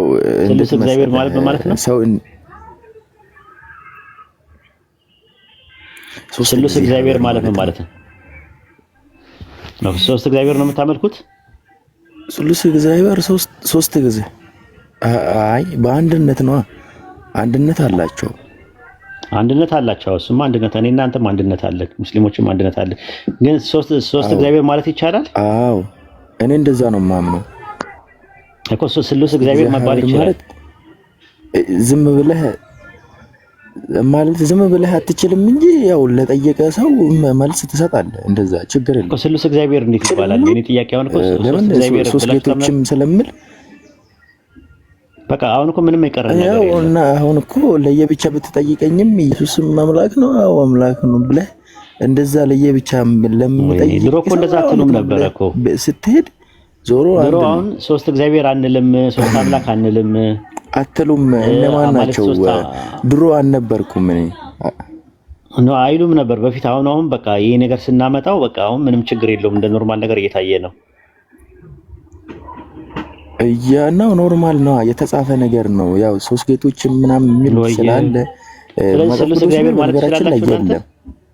ስሉስ እግዚአብሔር ማለት ትችላላችሁ። ሶስት እግዚአብሔር ማለት ትችላላችሁ። እግዚአብሔር ማለት የሚቻልበት መንገድ አለ። አንድነት እንዳላቸው ሆኖ ነው የሚባለው እንጂ አሁን ለምሳሌ ለየብቻ ሌላ ቦታ አምላክ ናቸው ምናምን ማለት አይቻልም። ግን አንድነት አላቸው ሶስቱም ማለት ነው። ይቻላል፣ ኖርማል ነው። ኦኬ እንትኑሳ ሁለተኛው እግዚአብሔር ሶስተኛው እግዚአብሔር ማለት ይቻላል? አዎ ይቻላል። ግን አንድነት ከዛ መጨረሻ ላይ አንድነታቸውንም ይገልጻል ነው። እሺ ሶስት አማልክት ማለት ይቻላል? ሶስቱ አማልክት ጣዖት የሚባል ነገር አለ። አማልክት ሲባል ምናምን ያው ያ ነገር እንትን አትልም። ዝም ብለህ ማለት ትርጉሙ ምንድነው? ያው ግዴታ አማልክት ትርጉሙ ምንድነው? ብዙ አምላኮች ወይ አማልክት ቢዛት ቁጥር የማይታወቅ ኦኬ። ሰይፈ ስላሴ ዘሐሙስ ምዕራፍ 5 ላይ ዝም ብለህ ነው የምትጠቀመው። ኦኬ። ሰይፈ ስላሴ ዘሐሙስ ምዕራፍ 5 ቁጥር 22 ላይ ሰለስቱ አማልክት ልዑላን አሃዱ ስልጣን ምልክናሆሙ ይላል። የአምላክነታቸው ስልጣን አንድ ሲሆን ሶስት አማልክት ናቸው ይላል። ዝም ብለህ አማልክት ካልክ አንዴ ሶስቱ አማልክት ይላል። ዝም ብለህ አንዴ ዝም ብለህ አማልክት ካልክ ማንኛውም ሰውም ምናምን ብቻ አማልክት ሶስቱ አማልክት ማለት ይቻላል። ጣዖትም ምናምን ልትል ትችላለህ። ሶስቱ አላልንም። ሶስቱ አማልክት በአንድነት ደግሞ ይገለጻል። ከዛ ደግሞ ግን ሶስቱ አማልክት ማለት ይቻላል። ሶስቱ አማልክት ብለህ ይቻላል፣ ግን ዝም ብለህ ማለት አትችልም ነው። ወይኔ በቃኝ ጃቢር ይቻላል። እሺ አትቆጣኝ። እሺ ተቀብያለሁ ልልህ አይደለም ዋሂዴ። ወአለይኩም ሰላም ወራህመቱላሂ ወበረካቱሁ። ምን ቀረ አሁን? እና ሬሳን ዘይድ ዮሐንስ እኮ ከሬሳ ክፍል ነው እንደገና አምልጦ እንጂ ገብቶ ነበር ባለፈው። ምን ጃ እንዴት ነው አንተ ምንድነው የምታወራው? እኔ ዮሐንስ ባለፈው ሌሊት አጋድመንክ አይደል እንዴ? ትነሳም ብለን 2 ሰዓት ጠበቅንክ። ከዛ አለነሳ ስትል ሄድን። ስንመለስ ወጥቷል። አንድ አምላክ ነው ስላሴ ብሎ አው ነው። አሁን እንቅልፍ ወሰደን። አንተ እንቅልፍ ወሰደክ። ልክ መልስ ሲሰጠ ስሉስ እግዚአብሔር የሚል ቃል መጣ ተገኘ። ስሉስ እግዚአብሔርና ስሉስ ጸባዖት የሚል ተገኘ። ያውቃል እሱ ያውቃል። ስሉስ እግዚአብሔር በጣም ከባድ ነው። ሶስት እግዚአብሔር ስሉስ እግዚአብሔር የሚል ተገኘ። አራ እንግዲህ የማጎለጉሉት ነገር የለ እናንተ ምን ይሻላችኋል? ስሉስ እግዚአብሔር ማለት ሶስት እግዚአብሔር ማለት ነው ወደ አማርኛ ሲተረጎም። እኮ ባለፈው ስላሴ አንዱ አምላክ ወንድ ነው፣ ሁለቱ ደግሞ ጾታ የላቸውም ብሎኛል። ካልተሳሳትኩ በነገራችን ላይ ዮሐንስ ሰውን ለማዳን ነው አይደል? ሰው የሆነው አምላክ እግዚአብሔር ወልድ የሚባለው አንዴ ፋዘር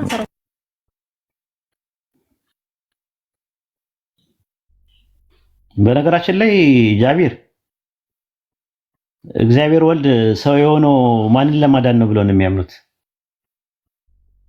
ሰው ልጆችን። አዎ፣ ግን የሰው ልጆችን ለማዳን እኮ ሰው ነው መሆን የነበረበት ኢየሱስ። ኢየሱስ ግን ምን አይነት ሰው ነው የሆነው? ወንድ ሰው ነው የሆነው፣ ሴት ሰው አልሆነም። ስለዚህ ሴቶችን ለማዳን ሴት ሰው ለምንድን ነው ያለው ነው ጃቢር? ያው ይሄ በተለያዩ የቸርች ፋዘሮች ላይ ሂላፍ አለው። በሶስት አይነት መንገድ ይታያል እና አንዳንዱ ለሞች ደግሞ ያው ሴት ለወንድ ነው የተፈጠረችው ስለዛ ነው ይባላል። ብቻ የተለያዩ እንትኖች አሉ፣ እይታዎች አሉ። የተለያየ እንትኖች አሉ፣ አሰሮች አለ፣ የተለያየ ራዮች አሉ። ኺላፍ አለበት ነው የምትለኝ? ተመልሻለሁ። እንትን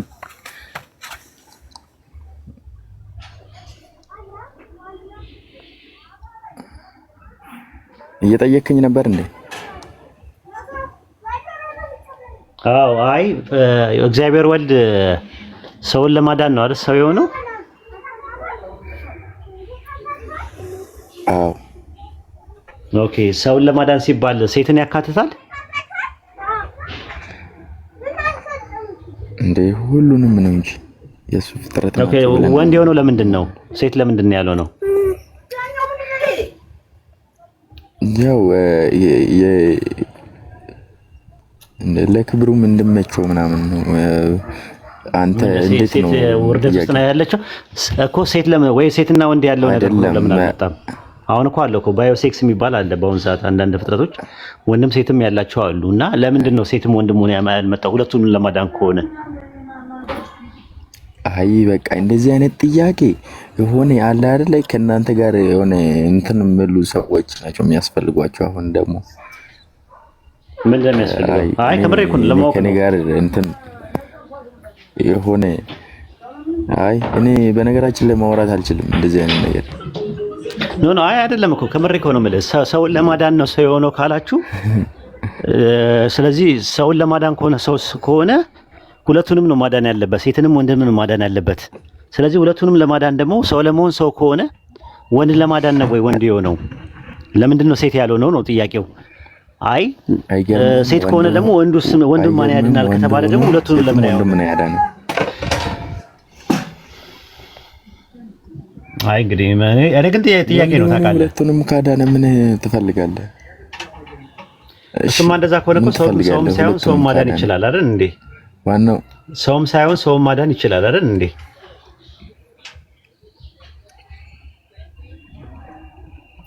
ይችላል። እሱ በሚፈልገው መንገድ ነው እኮ። እሱን እኮ የምልህ እኛ አላህ ያዳነን እንደዛ ነው። ሰው መሆን አይጠበቅበትም። ራሱ ይቅር ማለት ይችላል። ንስሐ ሰው ከገባ ይቅር ማለት ይችላል ነው። እንደዛም ነው። የኔ ችግር የለውም። ጃቢር ማውራት ትችላለህ? አውራው። ግን እኔ እዚህ ጋር ኡስታዝ ያለኝ ጥያቄ ማለት እሺ፣ አሚር ሁሌ እኔ ሳወራ ጣልቃ እንደገባ ቀጥል። አውቄ ነው። ቀጥል ጃራ ቀጥል።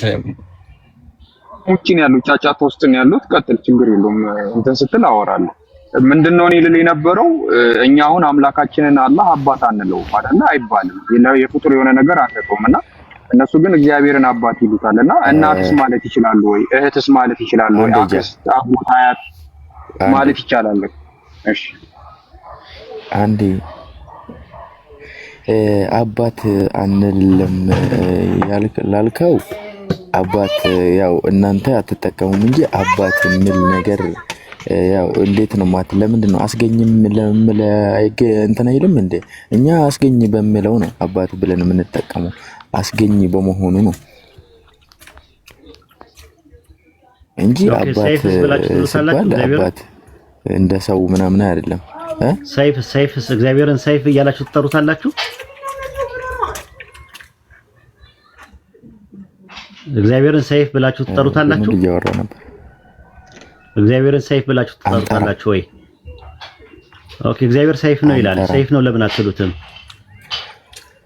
አዎ እሱን ይተረጎማል እንጂ ቃል በቃል አይደለም እሱ። ስለዚህ አባት የሚለውንም እኛም ተርጉመን ሰይፍ ነው። አመሰግናለሁ። እናንተ ማለት ነው። አዎ አባት የሚለውን አስገኝ ብለን እንጠራዋለን እንጂ ሰይፍ አንለውም። ግን ሰይፍ ነው ሲባል ምንድነው ትርጉሙ? ኦሪት ዘዳግም 33:29 ላይ እግዚአብሔር ሰይፍ ነው ይላል። ሰይፍ ነው ማለት ብረት ነው ማለት ነው። እስቲ ተርጉመው እስቲ ምን ማለት ነው ሰይፍ ነው ሲባል? አይደለም ያው አስፈሪ ነው ለማለት ይቻላል እኮ። ሰይፍ እግዚአብሔር አንተ ሰይፍ ምናምን እያልክ መጥራት አትችልም። አዎ ልክ እንደዛ ማለት ነው። ገብቷል። ድንጋይም ተብሏል እግዚአብሔር፣ እረኛም ተብሏል፣ እሳት ተብሏል። አዎ ጠባቂ በመሆኑ ይወሰዳል። በቃ ስለዚህ እንደዛ ማለት ነው። ማለት እናንተም ልትሉ ትችላላችሁ፣ እሱን እናንተም ልትሉ ትችላላችሁ። ግን እረኛ ብለን አንደዛ ጠባቂ ብለን እንጠቀማለን። በባይብል ላይ ያው እንደዛ ማለት ነው። ገበሬ ቃሉ እንትን ነው እንጂ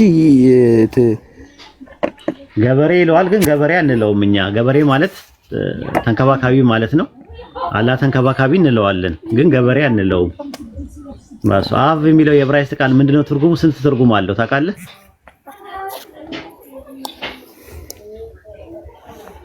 አብ የሚለው የዕብራይስጥ ቃል አባት አስገኝ ምናምን በሚል ነው። ግን ስንት ትርጉም አለው? አላውቅም። 5 ትርጉም አለው። ከዛ ውስጥ አንደኛው አብ ማለት አስገኝ በሚለው ይመጣል በዕብራይስጥ ማለት ነው።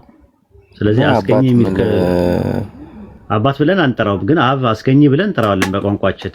በአረብኛ አልባሪ ይባላል እሱ።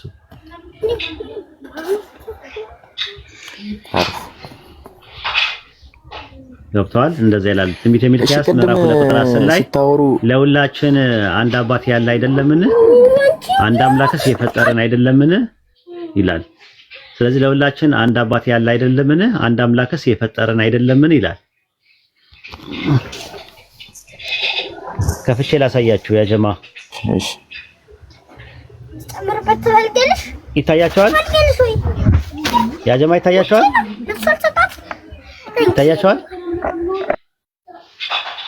ይታያል? ንገሩኝ። አየው እዚህ ጋር አብ የሚለው የዕብራይስጥ ቃል ስንት ትርጉም አለው ይላል? አባት መሆን ይችላል። እዚህ ጋር ምን ይላል? እስቲ አንብቡት። ምን ይላል? ከትርጉሞቹ አንዱ አራተኛው ምን ይላል? ኦሪጂኔተር ማለት ምን ማለት ነው? ኦሪጂኔተር አስገኝ ማለት ነው ትርጉሙ። ናይን ይመስላል በቀላሉ ማለት ነው።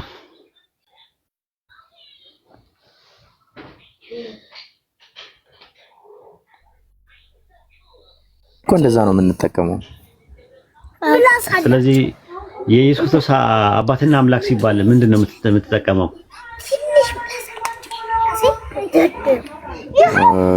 ያው አስገኝ በሚል ነው። አባት ሲባል እኮ ጫጫታ አለ፣ ልጆች አሉ።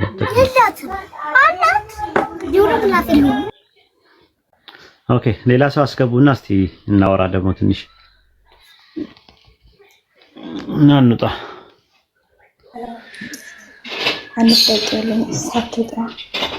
ከመውጣት በፊት ወይዴ ጫጫታ አለ፣ አንተ ጋር የሚረብሽ ነገር አለ። ሄሎ ቀጥይ።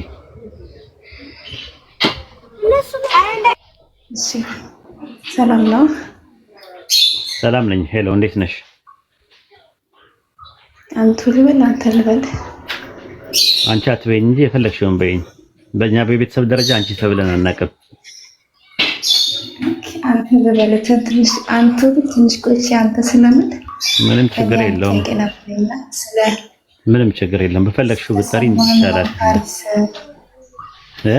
ሰሃብ እንደቤ ነበር ሰልማን አልፋሪስ ምናሽኝ አትሰማኝም። ስለ ሰልማን አልፋሪስ የሆነ ነገር አይቼ ነበር። ምንድን ነው? አውቀዋለሁ። የረሱላህ ሰለም ሰሃቢ ያ እና ከነቢ መሐመድ ሳይገናኝ በፊት ከቄሶች ወደ ቄሶች ሲዘዋወር ነበርና ስለነዛ ቄሶች እየተጻፈ ነገር አይተህ ታውቃለህ? እኔ አላውቅም። ስለሱም ታሪክ አላውቅም። እንኳን አይደለም ስለ ቄሶቹ። እኔ የሳባዎች ታሪክ አጥንቼም አላውቅም። ራሱ ኢንተረስትድም አይደለሁም። ራሱ እዛ ነገር ላይ እንትን ለማለት በእስልምና ሰፊ ስለሆነ እንዳልኩሽ አሁን እንዳቅሜ ኮምፓራቲቭ ሪሊጅን ላይ ነው የምሰራው። ቁርአን ላይ ያሉ ጥያቄዎች፣ ሐዲስ ላይ ያሉ ጥያቄዎች ካሉ ቴዎሎጂካል የሆኑ ነገሮች፣ የአቂዳ ነገሮች እንትን እላለሁ። ታሪክ ግን ብዙ አይደለሁም። ኢንስፓየርድ አይደለሁም። ቢብሊካልም ቁርአኒክም ታሪክ ላይ ብዙ አይደለሁም ራሱ ማለት ነው። ኢቭን የረሱላህ ሰለላሁ ሲራ ከመስለሜ በፊት ያነበብኩኝ ነው። አንብቤ አላውቅም ራሱ።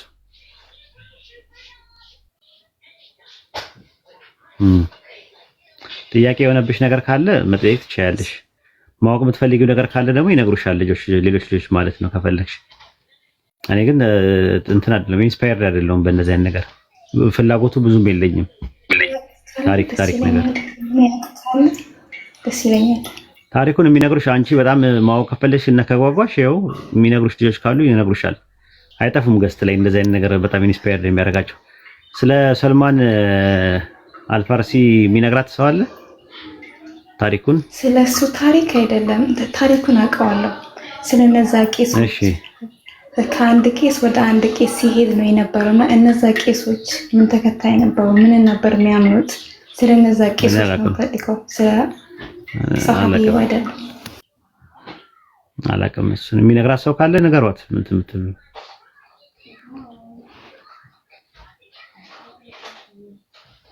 ንገሯት። አጠራርጋችሁ ንገሯት። ሀሳቡ እኮ ኡስታዝ እንትን ነው። ሰልማን ፋርሲ እስልምናን ከመቃሉ በፊት ቄሶች ጋር ይማር ነበርና ነብይ የተተነበየለት ነብይ እንደሚመጣ ይነግሩት ነበርና እንደዛ የሚያምኑ የነበሩ ሰዎች እምነታቸው ምንድነው የሚል ጥያቄ ነው። ብዙም እንትን አይደለም ለኔ አሁን ምንድነው ቄስ የሚባለው ነገር እኮ ቄሶች አልነበሩም። ቄስ የሚባለውን ቃል እንዴት ነው እንትን ያለችው? ካህኖች ነበሩ ለማለት ፈልጋ ነው። ቄስ እኮ ራሱ የግዕዝ ቃል ነው።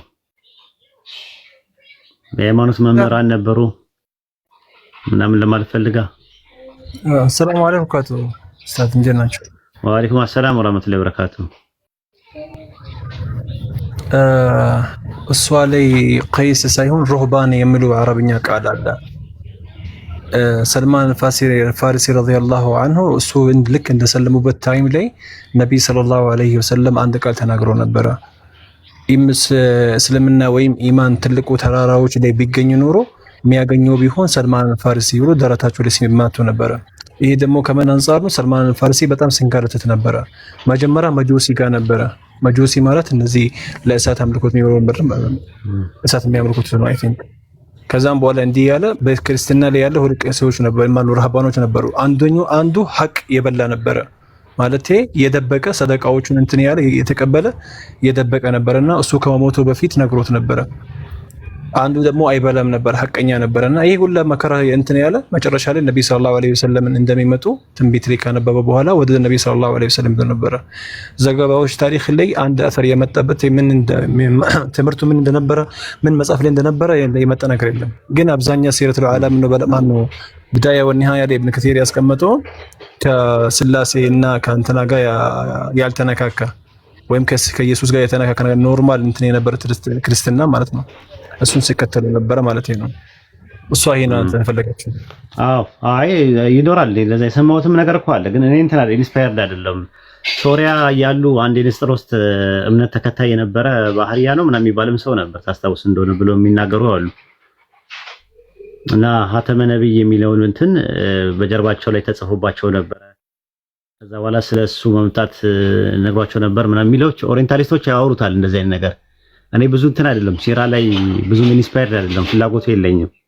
ከዛ አንፃር ነው መመለስም ማብራራትም አይጠበቅብኝም ለማለት ፈልጌ ነው። ግን ጀዛከላህ ኸይረን ጀዛ ኡስታዝ። አሁን እሷ እኮ ክርስቲያን ናት። ክርስቲያን ሆና ሞር መጠየቅ ያለባት ቴዎሎጂካል ፋክተር ያለው ነገር ላይ የሚጠቅማት ማለት ነውና ይሄኛውን ግን በጣም ፍላጎት ስላደረባት ኡስታዝ ወሂድ ይሄን ሹብሃ አንዳንድ የሚያነሱበት እዛ ታችም እዛ ሰፈርም አለ። እዛ የነበሩ ክርስቲያን በተለይ ሰልማን ፋሪሲ ያሳለፈው ነገር ምንድነው? ስላሴ የለም እዛ ውስጥ አንድ ይሄ የኢየሱስ እንትን በመሆኑ ሁሉ ደረጃ ላይ አልተጠቀሰም። እንዴት ክርስቲያን ሊሆን ይችላል የሚል ነገር ሐሳብ ተነስቶ ነበር። ከሱ ጋር ተያያዘ ነው። ቅድም ያላችሁ ደግሞ ይሄ ፖይንት የሚያነሳ ነገር አይደለም። ይሄ አመኑ መላምበሉ ሳይሆን ኦልሬዲ ክርስቲያን በመሆኑ ብቻ ነው በቂ ነው ለኛ እንደስለምና ማለት ነው። እንደዛ ነው። እኔ ደግሞ ሄሎ እንጠይቅ ፈልገው ለመስለም የሚዳርጋትን ነገር ወይ ደግሞ በቃ ክርስትናና እስልምና ልዩነቱ ምንድነው የሚለው ነገር ላይ ነው እንጠይቅ የሚፈልገው እና ከዛ አንፃር ነው። ግን ያው ጥያቄ እንደ ጥያቄነቱ ከመጣ መልስ መስጠት ግድ ይላል። ደግሞ ሁሉንም ነገር ደግሞ ሁሉም ሰው መመለስ የለበትም። በዛ ነገር ላይ ደግሞ በጣም ፍላጎቱ ያለው እውቀቱ ያለው ሰው ደግሞ ይመልሳል ማለት ነው። እኔ ፍላጎቱ የለኝም ሲራ ለማንበብም እንትን ለማለትም ለማብራራትም ከዛ ነገር ላይ ማለት ነው። ሐዲስ ጥሩ ነገር ነው። ተፍሲር አሪፍ ነገር ነው። በቁርአን ዙሪያ ላይ የሚነሱ ጥያቄዎችን በተፍሲር ደረጃ የተቀመጡ ነገሮች፣ በሐዲስ ደረጃ የተቀመጡ ነገሮችን ምናምን ነገር ቴዎሎጂካሊ አቂዳ ነገሮች ምናምን እንትን ላይም ፍላጎቱ የለኝም። አህካም ላይ ማብራራት ፈተዋ ምናምን የመሳሰሉ ነገሮች ላይ መግባት አልፈልግም። ምክንያቱም እስልምና ፕሮፌሽናሊ የተለያየ ሰፊ የሆነ ትምህርት ነው ያለው። በላጋ አለ፣ ሉጋ አለ፣ ሶርፍ አለ ምናምን የተለያየ ተጅዊድ አለ። ሁሉም ላይ ልግባ ካላችሁ አንደኛ ነው ጊዜም የለኝም ራሱ አንድ እሱን ነው። ሁለተኛ ነገር ደግሞ ምንድነው አንድ ነገር ይዛችሁ በዛ ነገር ላይ ስፔሻላይዝድ ማድረጉ ጥሩ ነው ከሚለው አንፃር። ስለዚህ እኛውም ሙቃረና ላይ ነን ያለነው። ሙቃረና ላይ ኮምፓራቲቭ ሪሊጅን አቂዳ ነክ ነገሮች ከንጽጽር ጋር የተያያዙ ነገሮች ጥያቄ ካላችሁ እናስተናግዳለን ማለት ነው።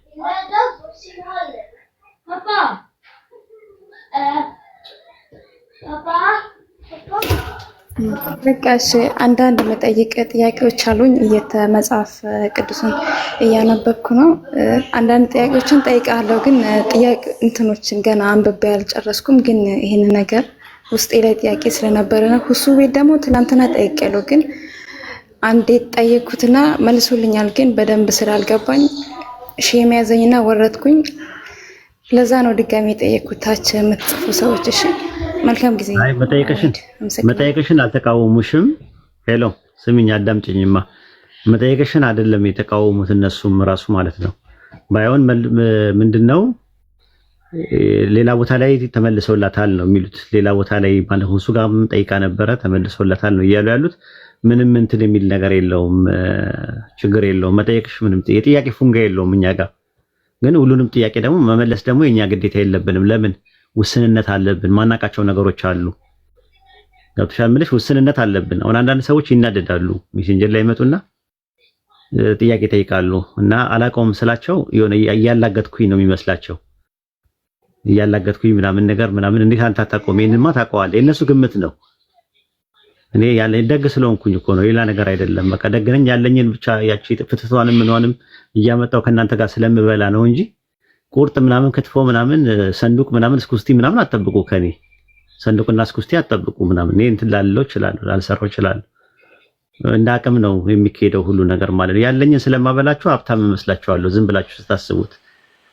በቃ እንደዚህ ያለኝን በቃ እንትን ላለው ስንቄን አብረን እንብላ ምናምን ደግ ስለሆንኩኝ በቃ ሀብታም አድርጋችሁ ነው የምታስቡኝ ማለት ነው። እና ከዛ አንፃር ነው እኔ ሀብታም አይደለሁም፣ ያለኝን ግን አካፍላለሁ። ከዛ የማውቀውን ነገር ነው የማካፍላችሁና አትናደዱ። በሜሴንጀር ይመጡና እንዴት አታውቀውም አንተ ይላል እንዴ? ካላወቅኩትስ እንዴ? እኔ ሁሉ ነገር እንዴት አውቃለሁ? ውስንነት አለብኝ። የሰው ልጅ ውስንነት አለበት ራሱ እና እንደዛ ነው። ከዛ አንፃር ነው። ሄሎ ጠይቂ፣ ጥያቄ ካለሽ ኡስታዝ። ምናልባት የጠየቀችው ጥያቄ ነበር መሰለኝ ወንጌል ላይ 47 ወንጌሎች ኖሮ ሳለ ለምን 4 ብቻ ተመረጠ የሚል ነገር ጠይቃለች መሰለኝ። ሄሎ ምናልባት እሱን ታክልና ሳውንድ አሁን ከረንትሊ ያላትን ነገር ተጠይቅ። ራሱ ሰው አንዳንዴ የራበውን ነገር ነው መጠየቅ ያለበትና ሄሎ እንግዲህ ካለሽ ጥያቄ ካለሽ ጥያቄ ትጠይቂያለሽ ማለት ነው። ከረንትሊ የሆነ ጥያቄ ካለሽ መጠየቅ ትችያለሽ። ከሌለሽ ደግሞ እሰየው ነው። ዙፋንሽ ላይ ቁጭ ብለሽ እግርሽን ስቅል አድርገሽ ቁጭ ማለት ትችያለሽ። ሌላ ጊዜ ይሻላል። ይሄንን ጥያቄ እቺን ጥያቄ ነው ከትላንት ጀምሮ እዚህ እዛ ሳዘዋውራት ነበር፣ መልሱም አላገኘችም። ማለት ይሄ እንትን ነው ሂስትሪ እንጂ ግዴታ ቁርአን ላይ ሐዲስ ላይ መጻፍ አለበት አይደለም። ግን ያው ዝም ብሎ እንደ ቢቀመጥ የሆነ ግዴታ ሐዲስ ላይ ቁርአን ላይ አለ ወይ ስጡን ማለት ሳይሆን የዝም ብሎ መጻፍ ምናምን አለ። ያ እንደዛ አስቤ ነው። እሺ ቻሽ መልካም። ምንም ችግር የለውም፣ ምንም ችግር የለውም። የጥያቄ ፉንጋ የለውም። እህል ቅጠል አይል የሚባል ጥያቄ የለውም። እንደ ዳገት የሚያዳገት እንደ ቁልቁለት የሚያሽቆለቁል የሚባል ጥያቄ የለም። ስለዚህ ጥያቄ እንደ ጥያቄነቱ ከመጣ መልስ መስጠት ግድ ይላል። ማናቀው ከሆነ ደግሞ ማታቀው ከሆነ የእውቀት ባለቤቶችን ጠይቁ ነው የሚለው አላህ በቁርአን ውስጥ በሱረቱ ነህል ምዕራፍ 16 ቁጥር 43 ላይ ማታቁ ብትሆኑ የእውቀቶች ባለቤቶች ጠይቁ። ማታቁ ከሆነ ቀባጥሩ አይልም፣ ዝም ብላችሁ በግምት መልሱ አይልም። ማናቃቸው ነገሮች ብዙ ነገር አለ። ሁሉ ነገር ያውቃለሁ ካለ አንድ ሰው የሆነ ትዕቢት ነው የሚሆነው እና ውስንነት እንዳለብን ግምት ውስጥ መግባት አለበት። ጥያቄ ከሌለሽ ችግር የለም፣ ቁጭ ወይም ችግር የለው። ጥያቄ ያላችሁ ሰዎች መግባት ትችላላችሁ። የተወሰነ ጊዜ ያለን። ሰላም አለይኩም ወራህመቱላሂ ወበረካቱ። ወአለይኩም ሰላም ወራህመቱላሂ ወበረካቱ። ኡስታዝ አንደኛ ወደ ጢሞቴዎስ ምዕራፍ 2 ቁጥር 15 ላይ ያለውን እስኪ ያስረዳው።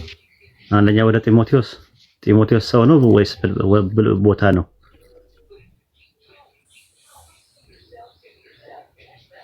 ሰው ነው ወይስ ቦታ ነው? ጢሞቴዎስ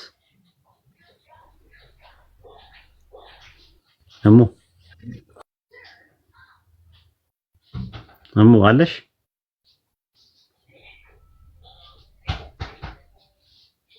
ኡስታዝ ጢሞቴዎስ፣ ቲቶና ፊሊሞና ሰዎች ናቸው።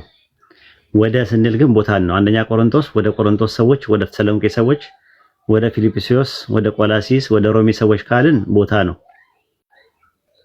ግን ወደ ጢሞቴዎስ ካልን፣ ፊሊሞና ካልን፣ ቲቶ ካልን ግለሰቦች ናቸው። እነሱ እንድትለያቸው ነው። እሺ አንደኛ ጢሞቴዎስ ምዕራፍ ስንት? ምዕራፍ 2 ቁጥር 15። ኦኬ ምንድነው ጥያቄሽ እሱ ላይ? ጥያቄ ነገር ግን በእምነት በፍቅር በቅድስናም ራሳቸውን እየገዙ ቢኖሩ በመውለድ ትድናለች የሚለው ላይ ነው ማለት በመውለድ ያለው ጥያቄ። ማን እንጃ እንግዲህ በመውለድ ሴት ልጅ እንዴት እንደምትድንም አላውቅም። በራሱ ስለ ሔዋንም ነው የሚያወራው ይላሉ አንዳንድ ሰዎች። ስለ ሔዋን ነው የሚያወራው ሔዋንን በመውለዷ ድናለች፣ ሁለተኛዋ ሔዋን ድንግል ማርያም ናት፣ ስለሷ ነው የሚያወራው ብሎ ቢተረጉም አሉ። የተለያየ ተረጓጎም ነው እንትን የሚሉ ሴቶች ዘዋሪዎች ናቸው ስለሚል ሲወልዱ ከዘዋሪነታቸው ይድናሉ ብለው የፕሮቴስታንት ምሁራኖች እንትን ይላሉ። አዳም ቀድሞ ተፈጥሯልና በኋላም ሔዋን ተፈጠረች። ታለችው አዳም ሳይሆን ሴቲቱ ናት። ነገር ግን በእምነትና በፍቅር በቅድስና ራሳቸውን እየገዙ ቢኖሩ በመውለድ ትድናለች ይላል። ስለዚህ በመውለድ ትድናለች የሚለው ማርያምን ነው። ሁለተኛዋ ሔዋን እሷ ናት። እሷ ኢየሱስ ክርስቶስን በመውለዷ ለራሷም ለሰዎችም ድነት አምጥታለች ብለው የሚተረጉሙ አሉ። በመውለድ ትድናለች የሚለውን ነገር ደግሞ ሴት ልጅ ዘዋሪዎች ምናምን እያለ ይናገራል። አንደኛ ጢሞቴዎስ ምዕራፍ 5 ላይ ሴቶች ዘዋሪዎች አይሆኑ ምናምን ነገር እያለ ይናገራል። አንደኛ ጢሞቴዎስ 5:14 ላይ እንግዲህ ቆነጃጅት ሊያገቡና ልጆቻቸውን ሊወሉ ቤቶቻቸውን ሊያስተዳድሩና ተቃዋሚዎቹ የሚሰደብበትን አንድ ምክንያት እንኳን እንዳይሰጡ እፈቅዳለሁ አለ። ስለዚህ ምን ያደርጉ አለ? ከዛ በፊት ቤት ለቤት እየዞሩ ስራ ፈቶች ናቸው አለ፣ ይማራሉ አለ። ከዛ በኋላ የማይገባውን ይናገራሉ፣ ለፍላፊዎች በነገር ገቢዎች ይሆናሉ። ስራ ፈቶች ብቻ አይደለም ማለት ስራ ስለሚፈቱ እየዞሩ ሴቶቹ ቤት ለቤት እየዞሩ ሐሜተኞች ሆነው ነበር። ቡና እየጠጡ ሰው ይቦጭቁ ነበር። ከዛ በኋላ ያንን ነገር ትተው ልክ ሲወልዱ ወደ ልጃቸው ትኩረት ስለሚያደርጉ ከዛ ከሐሜታቸው ከአሉባልተናቸው ከወሬ ማመላለስ ይድናሉ ብለው የፈቱታሉ። በዚህ መልኩ የተፈታለ የተለያየ አፈታት አለው። እንደዚህ ነው። ይሄን ይመስላል።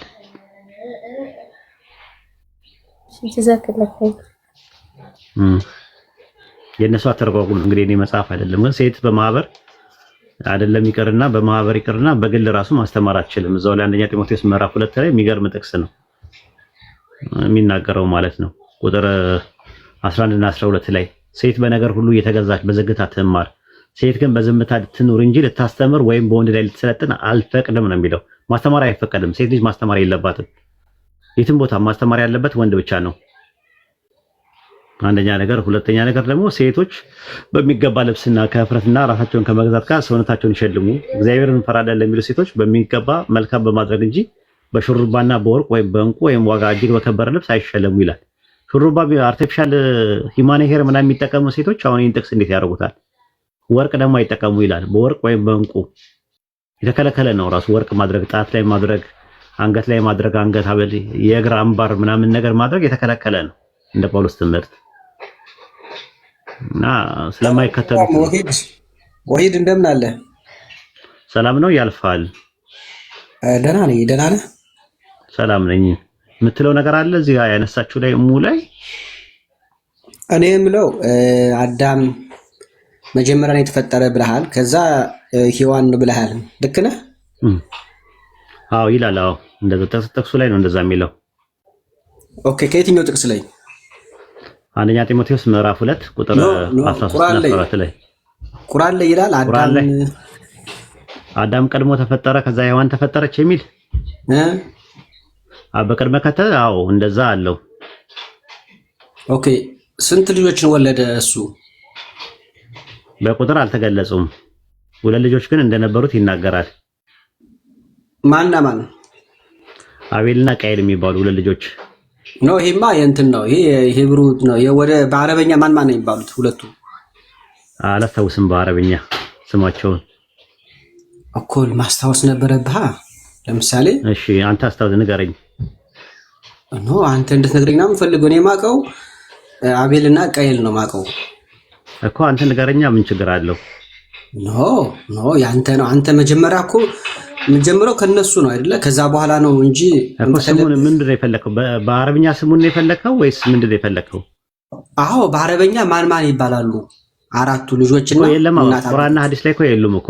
በተለምዶ እስራኤልያት ነው ያለው። በአረብኛ ቃቢል ይባላል ስሙ፣ እሱ አይደለም። ግን ቁርአንና ሐዲስ ላይ ብለህ ብትጠይቀኝ ቃቢል ሐዲስና ምንድነው ቁርአንና ሐዲስ ላይ ላይኖር ይችላል። ተፍሲር ላይ ነው ያለው ራሱ ማለት ነው። ሀቢልና ቃቢል ይባላሉ በአረብኛ ላይ ማለት ነው። እሱ አይደለም ጥያቄው። ግን ቁርአንና ሐዲስ ላይ ስማቸው አልተጠቀሰም ነው ፖይንቴ። ኦኬ ስለዚህ ከየት አምጥተህ ነው ታዲያ አንተ የምትናገረው እነዚህን? ተፍሲሮች ላይ እንደዛ እንትን ብሏል። ቃቢልና ሀቢል የሚል ቃል አለ፣ ወይም ደግሞ ምንድነው ቃይልና ሀቢል የሚል ቃል አለ ተፍሲር ላይ። ኖ ተፍሲር ሳይሆን ቁርአን፣ ዋናው ቁርአን ነው አይደል? ቁርአን ላይ የገለለ ነገር እንዴት ይላል? ቁርአን ላይ ስማቸው አልተጠቀሰም። ኢቭን የሐዋ ስም ሐዲስ ላይ እንጂ ቁርአን ላይ አልተጠቀሰም ስሟ። ቁርአን ላይ ስሙ የተጠቀሰው አደም ነው። አስፈላጊ ቢሆን አልተጠቀሰም። ለዛ ነው እኮ። ስለዚህ ከብሉይ ኪዳን ነው የወሰዳችሁት ማለት ነው ስሙን መውሰዳችን። እስቲ ማስረጃ ይኖር ይሆን? እስቲ ስጠን እኮ። አሁን እኮ እያወራህ እየሰማሁ ነው ውድ ወንድሜ ወሂድ። ምክንያቱም ጠይቄ ነበር የሚመሳሰል ነገር ስላለ አንድ ነገር ከብሉይ ኪዳን የተወሰደው የሚለውን ነገር ያሳያል ወይ? ኖ አሁን እኮ ጥያቄ ስጠይቅህ ቁርአን ላይ እንደዚህ የሚባል አንድ ነጥብ ላይ አወራ። ቁርአን ላይ አቤልና ቃይል የሚለው ቃል ስማቸው የለም። ኢቭን የሐዋ የሚባለው ስም ቁርአን ላይ ሳይሆን ሐዲስ ላይ ነው ያለው። ቁርአን ላይ አደም የሚለው ስም አለ በቁርአን ውስጥ ነው ያልኩት። ያንን የነገረን ደግሞ አምላካችን አላህ ነው። ዋት ኢዝ ዩር ፖይንት? ምንድነው ፖይንት ለማስተላለፍ የፈለከው? ኖ ማስተላለፍ ፈልጌ ሳይሆን ጥያቄ እንድትመልስልኝ ነው። እኔ ዋናው ነገር የጠየቀው ጥያቄ ምን ነበር የጠየቀው ጥያቄ? የጠየቁ ጥያቄ ቁርአን ላይ አዳምና ሚስቱ ልጆች ተጠቅሰዋል ወይም ደግሞ አሉ፣ ማን ይባላሉ በአረበኛ? ጠየቅ መለስኩልህ። ምን ብዬ መለስኩልህ? አላውቅም። ኖ አይ በአረብኛ ስማቸው ማን ይባላል ለሚለው ነው አላውቅም ያልኩ። ኦኬ። ስለዚህ ታዲያ አደም ኢብራሂም ከየት መጡ? አደም ኢብራሂም ከየት መጡ? ምኑን ነው ከየት መጡ የምትለው? ማለት ምንጫቸው ምን? ለአንድ ሰው እኮ የመጀመሪያ መነሻ ምንጭ ሊኖረው ይችላል። ምንጭማ ከአደም ነው የመጡት። አደምን አላህ ነው የፈጠረው እኮ። ከየት እናገኘው ይህ ምንጭ? እንደዛ ሚል አላህ ነው ሰማይና ምድር የፈጠረው። ፈጣሪ እኮ ነው አላህ። ከየት ነው አመጣ? ለፈጣሪ ከየት አመጣው ትለዋለህ እንዴ? ኖ ፈጣሪ ከየት አመጣው አይደለም ያልኩ እኔ ያልሁ ያለሁት። ምክንያቱም ቁርአን ላይ ነው ያለው። ቁርአን ላይ ይኸውልህ የጠየቀው ጥያቄ ምን አልከኝ? አንደኛ ጢሞቴዎስ ላይ ተነበበው መጀመሪያ አዳም ተፈጠረ፣ ከዛ ሔዋን ተፈጠረች አልክ። ቁርአንስ ምን ይላል አልከኝ። ቁርአንም እንደዛ ይላል ብዬ ሱረቱ ኒሳ 4:1 ልጠቅስልህ ስል ቶሎ ብለህ ልጆቻቸው እነማን ናቸው አልክ። ልጆቻቸው አቤልና ቃይል አልኩ ለመግባባት ያክል። ከዛ አቤልና ቃይል በአረብኛ ማን ይባላል ስማቸው አልከኝ። እኔ አላስታውስም አልኩ። ከዛ ቀጠልኩና ምን አደረክ ታዲያ ስማቸውን ከየት አመጣኸው አልከኝ። ተፍሲር ላይ ነው ያለው አልኩ። ተመልከት የጠየቀውን ጥያቄ። ከዛ በኋላ ሔዋንስ አልከኝ። ሔዋን የሚለው ቃል በቃል ቁርአን ላይ የለም፣ ሐዲስ ላይ ነው ያለው። ቁርአን ላይ አደም የሚባለው ነው። ታዲያ እንደዛ ከሆነ ከየት አመጣኸው አልከኝ። ከቁርአን አልኩ። ቁርአኑ ከየት አመጣው? አላህ ነው እየነገረን ያለው አልኩ። አሁን አላህን ከየት አመጣው እንዴት ይባላል? እንደዛ አይደለም ያልሁ እኔ እያልሁ ያለሁት ቁርአን ማለት ራሱን የቻለ ሁሉንም ጥያቄዎች መመለስ የሚችል ነው ወይንስ አይደለም? ሁሉንም ጥያቄ መመለስ ይችላል አይችልም? ሁሉንም ጥያቄ መመለስ አይጠበቅበትም። ሁሉም ጥያቄ አልቀረበም። ቁርአን አዳምጥ። ጥያቄን የጠየቀው ቁርአን ላይ ዋና አብይ የሚባሉ ነገሮች ናቸው የቀረቡት እንጂ እንቶ ፈንቶ አርቲቡርቲ ቶራቦራ የሚባሉ ነገሮች ቁርአን ላይ የሉ። ለምሳሌ የአብርሃም አባትና እናት የኢብራሂም እናትና አባት ስማቸው ማን ነው? ከዚህ የዘር ሀገር መጡ፣ ከዚህ ቤተሰብ ውስጥ መጡ ምናምን የሚለው ዝርዝሩ የቀበሌና እድር ውስጥ ነው ያለው እንጂ እኛ ጋር የለም። ቁርአን የእምነት መጽሐፍ እንጂ የእድርና የቀበሌ መጽሐፍ አይደለም ነው የምልህ። ገባኝ። ስለዚህ ቁርአን ሙሉ በሙሉ ሁሉንም መመለስ አይችልም እያልህ ነው ያለው። መመለስ አይችልም ማለትና ስለተለያየ ነገር አልተዘገበም ማለት ይለያያል። እንግዲህ ከገባህ ማለት ነው። ኤግዛምፕል አንድ ጥያቄ ልጠይቅህ እስቲ አንድ ጥያቄ ልጠይቅህ ቀለል ባለ መልኩ ልጠይቅህ። እሺ ልጠይቅህ ይቻላል እንዲገባህ ማለት ነው። ኦሪት ዘፍጥረት 4:23 ላይ ቆይ ጠይቅህ ነው። በደስታ ነው የምቀበል ጥያቄዎችን። እሺ ኦሪት ዘፍጥረት ምዕራፍ 4:23 ላይ ላህሜ ለሚስቱ ለአዳና ለሴላ አላቸው፣ እናንተ የላህሜ ሚስቶች ሆይ ቃሌን ስሙ፣ ነገሬን አድምጡ። እኔ ጎልማሳውን ለቁስሌ ብላቴናውን ለመወጋቴ ገድየዋለሁና አለ። ላህሜ የገደላቸው ጎልማሳና ብላቴናው ማንና ማን ናቸው? ስማቸው ማን ነው? ከየት የዘር ሐረግ የመጡ ናቸው? የማን ልጆች ናቸው? ጥያቄ ቁጥር 1 መልስ ካንተ። ይኸውልህ በጣም ጥሩ ጥያቄ ጠይቀኝ። ነገር ግን ከመጀመሪያው ላይ መግባባት አለብን። ቁርአን ሙሉ በሙሉ መመለስ አይችልም ብለኛል። ተገብተናል አይደል? ዋና ጉዳዮች ብቻ ነው እንጂ አጠቃላይ መልስ አይመልስም። ሁሉ ነገር እንቶ ፈንቶና አርቲቡርቲ ቶራቦራ እንትን አሁን ጠይቀኝ ልጠይቅህ ስልህ ጠይቀኝ አልከኝ። ልክ ጥያቄ ስጠይቅ ደግሞ ወደዚህ መጣ። ስለዚህ ይሄን ጥያቄ ትመልሳለህ ሳትመልስ እመልስልሃለሁ። መጀመሪያ መልስ። እያንዳንዱን ለምትጠይቀኝ እያንዳንዱን ጥያቄ እመልስልሃለሁ። ግን መጀመሪያ መልስ። መጀመሪያ መልስ። እመልሳለሁ ማለት ነው። ፈርታል ማለት ነው። ጥያቄ ልጠይቅህ ነው ስልህ አንዴ እንትናት እንደ ህፃን አታውራ። ላወርድ ነው እንደ ህፃን የምታወራኝ ከሆነ አውርደኝ። ምንም አይቀርብኝ። ማረጉ ሽልማቱ አይቀርብኝ። ጥቅሱን ፈርተዋል ማለት ነው። ትመልሳለህ ወይስ አልመለስከው? እስቲ መልሰው። አንተ አንድ ሻ መልሰው። እንግባባ። ወሂድ ውድ ወንድሜ እንግባባ። ችግር የለውም። እሺ ሂድ፣ ቀጥል እኮ መጀመሪያ በትክክል አስረድተኛል። ቁርአን አልፎ አልፎ እንጂ ሁሉንም መመለስ አይችልም ብለኛል። አላልኩም እንደዛ። አልተዘረዘረም ነው ያልኩ። ቁርአን ላይ ያልተዘረዘሩ ጉዳዮች አሉ። ሲጀመር የአደምና የሐዋ ነግሬ ያለው ቁርአን ላይ የሚመጡ ታሪኮች ወደኋላ የነበሩ ነገሮች ታሪኮች የሚመጣበት ምክንያት ሱረቱ ሁድ ምዕራፍ 11 ላይ አላህ ሲነግረን ለምዕመናን መገሰጫና ማስታወሻ እንዲሆን ተብሎ ነው የተባለው። ወደኋላ የነበረውን ነገር አላህ የሚነግረን እና ወደፊት ያለውን ነገር የሚነግረን አሁን ለመጣው መልእክተኛ መልእክቱን ለመቀበል በመቀበል የሚገኘውን ወሮታና ጸፌታ ምንዳና ትሩፋት ስርጉትና ትርሲት ሰዎች እንዴት እንደሚቀበሉና በተቃራኒው ደግሞ ፍዳና ቅጣት ሰዎች እንዴት እንደሚያገኙ ለማሳየት እንጂ እንዳልኩ ተወራ ቦራና አርቲ ቡርቲ አይደለም። ቁርአን እንደዛ አያወራም። ዝርዝር የለውም ነው ብዬ ያልኩ። መልስ የለውም አይደለም ያልኩ። ልክ ነው። አሁን እኔ ስለራሴ ለማወቅ መጀመሪያ ማወቅ ያለብኝ እናት አባቶችና አያት ቅድመ አያቶች ማወቅ አለብኝ ስለራሴ እንጂ ራሴን ብቻ ማወቅ የለብኝም። ስለዚህ መጀመሪያ የነበሩትን ሰዎች ማወቅ ያስፈልጋል፣ መመለስ ያስፈልጋል። የነዛን ሳናውቅ ስለኛ ብቻ ካወራን መልስ የለንም ማለት ነው። ስለዚህ አዳም ሔዋን ስንት ልጆች ወለዱ?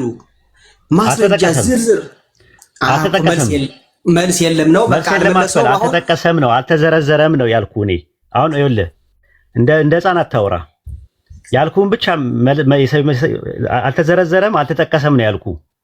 ቁርአን ላይ ስንት ልጆች እንዳላቸው በዝርዝር አልመጣም። 2 ልጆች ተጠቅሰዋል፣ ግን 2 ልጆች ብቻ ናቸው ያሉት ተብሎ አልተጠቀሰም። ምክንያቱም እህቶችም አሏቸው በሐዲስ ላይ ስትመጣ ማለት ነው። አሁን እሱ አይደለም ነጥቡ። አሁን እኔን ከመለስኩልህ ወደ ጥያቄው ሂድ። ኦሪት ዘፍጥረት ምዕራፍ 4 ቁጥር 23 ላይ ላህሜ ለሚስቱና ለአዳና ለሴላ አላቸው፣ እናንተ የላህሜ ሚስቶች ሆይ ቃሌን ስሙ፣ ነገሬን አድምጡ። እኔ ጎልማሳውን ለቁስሌ ብላቴናውን ለመወጋቴ ገድየዋለሁ አለ። ላህሜ የገደለው ጎልማሳና የወጋው ገሎ የገደለው ደግሞ ብላቴና ማና ማን ናቸው? ስማቸው ማን ነው? ከየት የዘራረግ የመጡ ናቸው? ንገረኛ አንተ። አላውቅም ወንድሜ፣ እኔም አላውቀውን አላውቅም ነው ነገር አላውቅም የኔ ውድ ወንድም። ስለዚህ እንትን አይደለም መልስ የለውም ማለት ነው ባይብል። እኔ አላውቅም መልስ የለውም ማለት መጽሐፉ መልስ የለውም ማለት ነው። ለጥያቄ ሁሉ መልስ የለውም መጽሐፍ አለው ካለው መልሱን ስጠኝ። እኔ አለመመለስና መጽሐፉ አይመልስም ማለት አይደለም። እኔ እውቀቴ በጣም መልስ የለውም በቃ እንትኑ ይኸው መልስ የለውም በቃ መልስ የለውም ብሏል። ያ ጀማ መልስ የለውም ባይብል መልስ የለውም ብሏል። አይ እንደዛ አይነት ፖለቲካ መስራት ይቻላል። ገባል? ካንተ የመጣበትን አካሄድ መምጣት ይቻላል፣ ግን አይጠቅምም። አይ ችግር የለውም። እንደበሰለ ሰው ግባና አንብልኝ አነበብኩልህ። ይኸው እኮ ያነበብኩልህ አላውቀውም ብላል። አላውቀውም ብላል። አሁን ደግሞ ስትጋጨው ተመልከት። ኦሪት ዘፍጥረት ምዕራፍ 4 ቁጥር 23 ላይ ነው ያልኩ። ልብ አድርግ። ላህሜ ለሚስቱና ለሚስቶቹ ለአዳና ለሴላ አላቸው፣ እናንተ የላህሜ ሚስቶች ሆይ ቃሌን ስሙ፣ ነገሬን አድምጡ። እኔ ጎልማሳውን ለቁስሌ ብላቴናውን ለመወጋቴ ገድየዋለሁና አለ።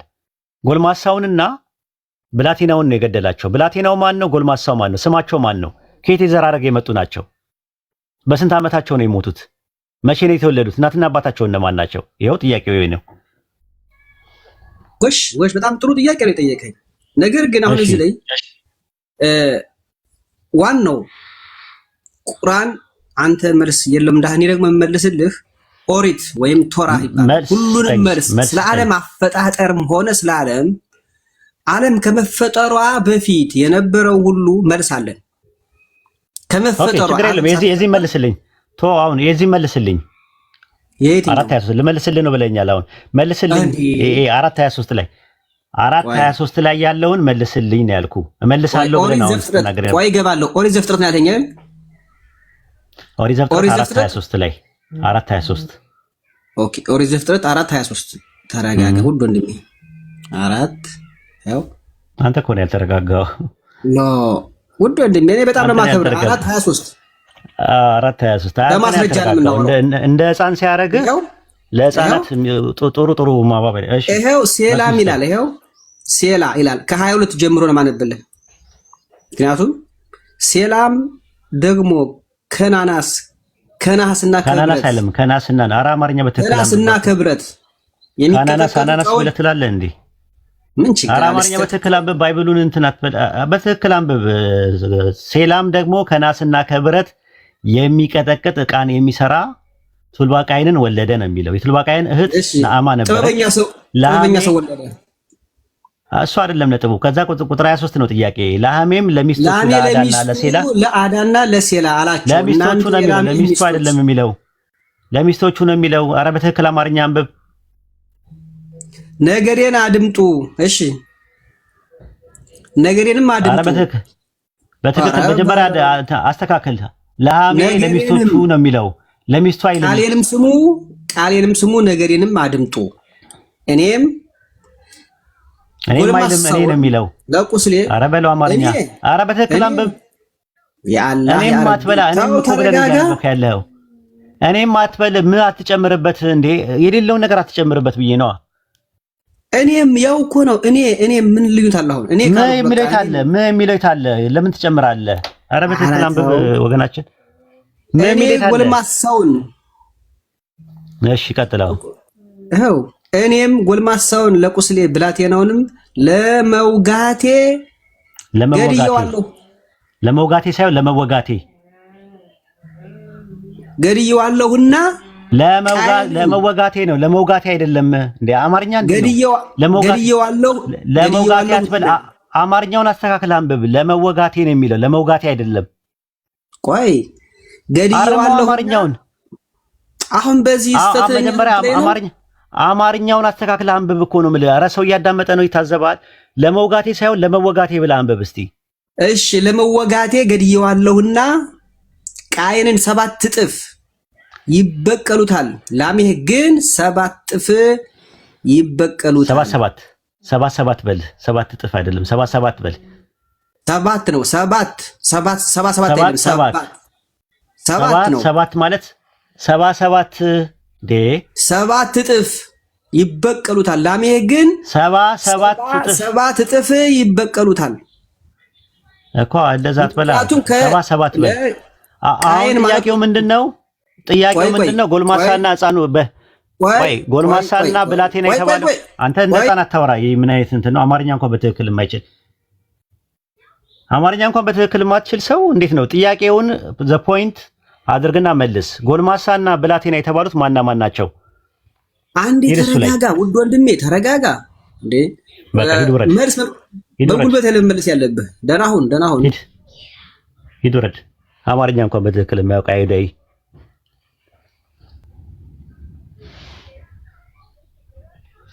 ሂድ ውረድና ታብታብ አድርግ። ሁለተኛ እዚህ አካባቢ እንዳትደርስ። አቅም አይደለም። አይሁዳዊ ሆኖ የሚንቀሸቀሽ ሰው ያየሁት አንተን ነው። እሺ ሌላ ሰው አስገቡ።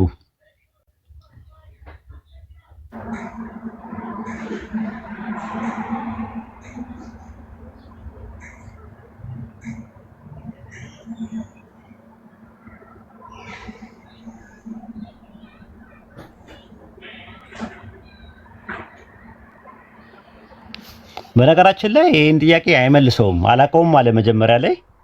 ከዛ ቀጠልና ደግሞ ልመልሰው አለና አማርኛ እንኳን መስራት አይችልም ማለት ነው። በነገራችን ላይ ይሄን ጥያቄ መመለስ የሚችል ሰው ካለ መግባት ይችላል። እሺ ሰው አስገቡ። ያ ጀማ ገብታለች። ኡስታዝ ክርስቲያን ነች። ኦኬ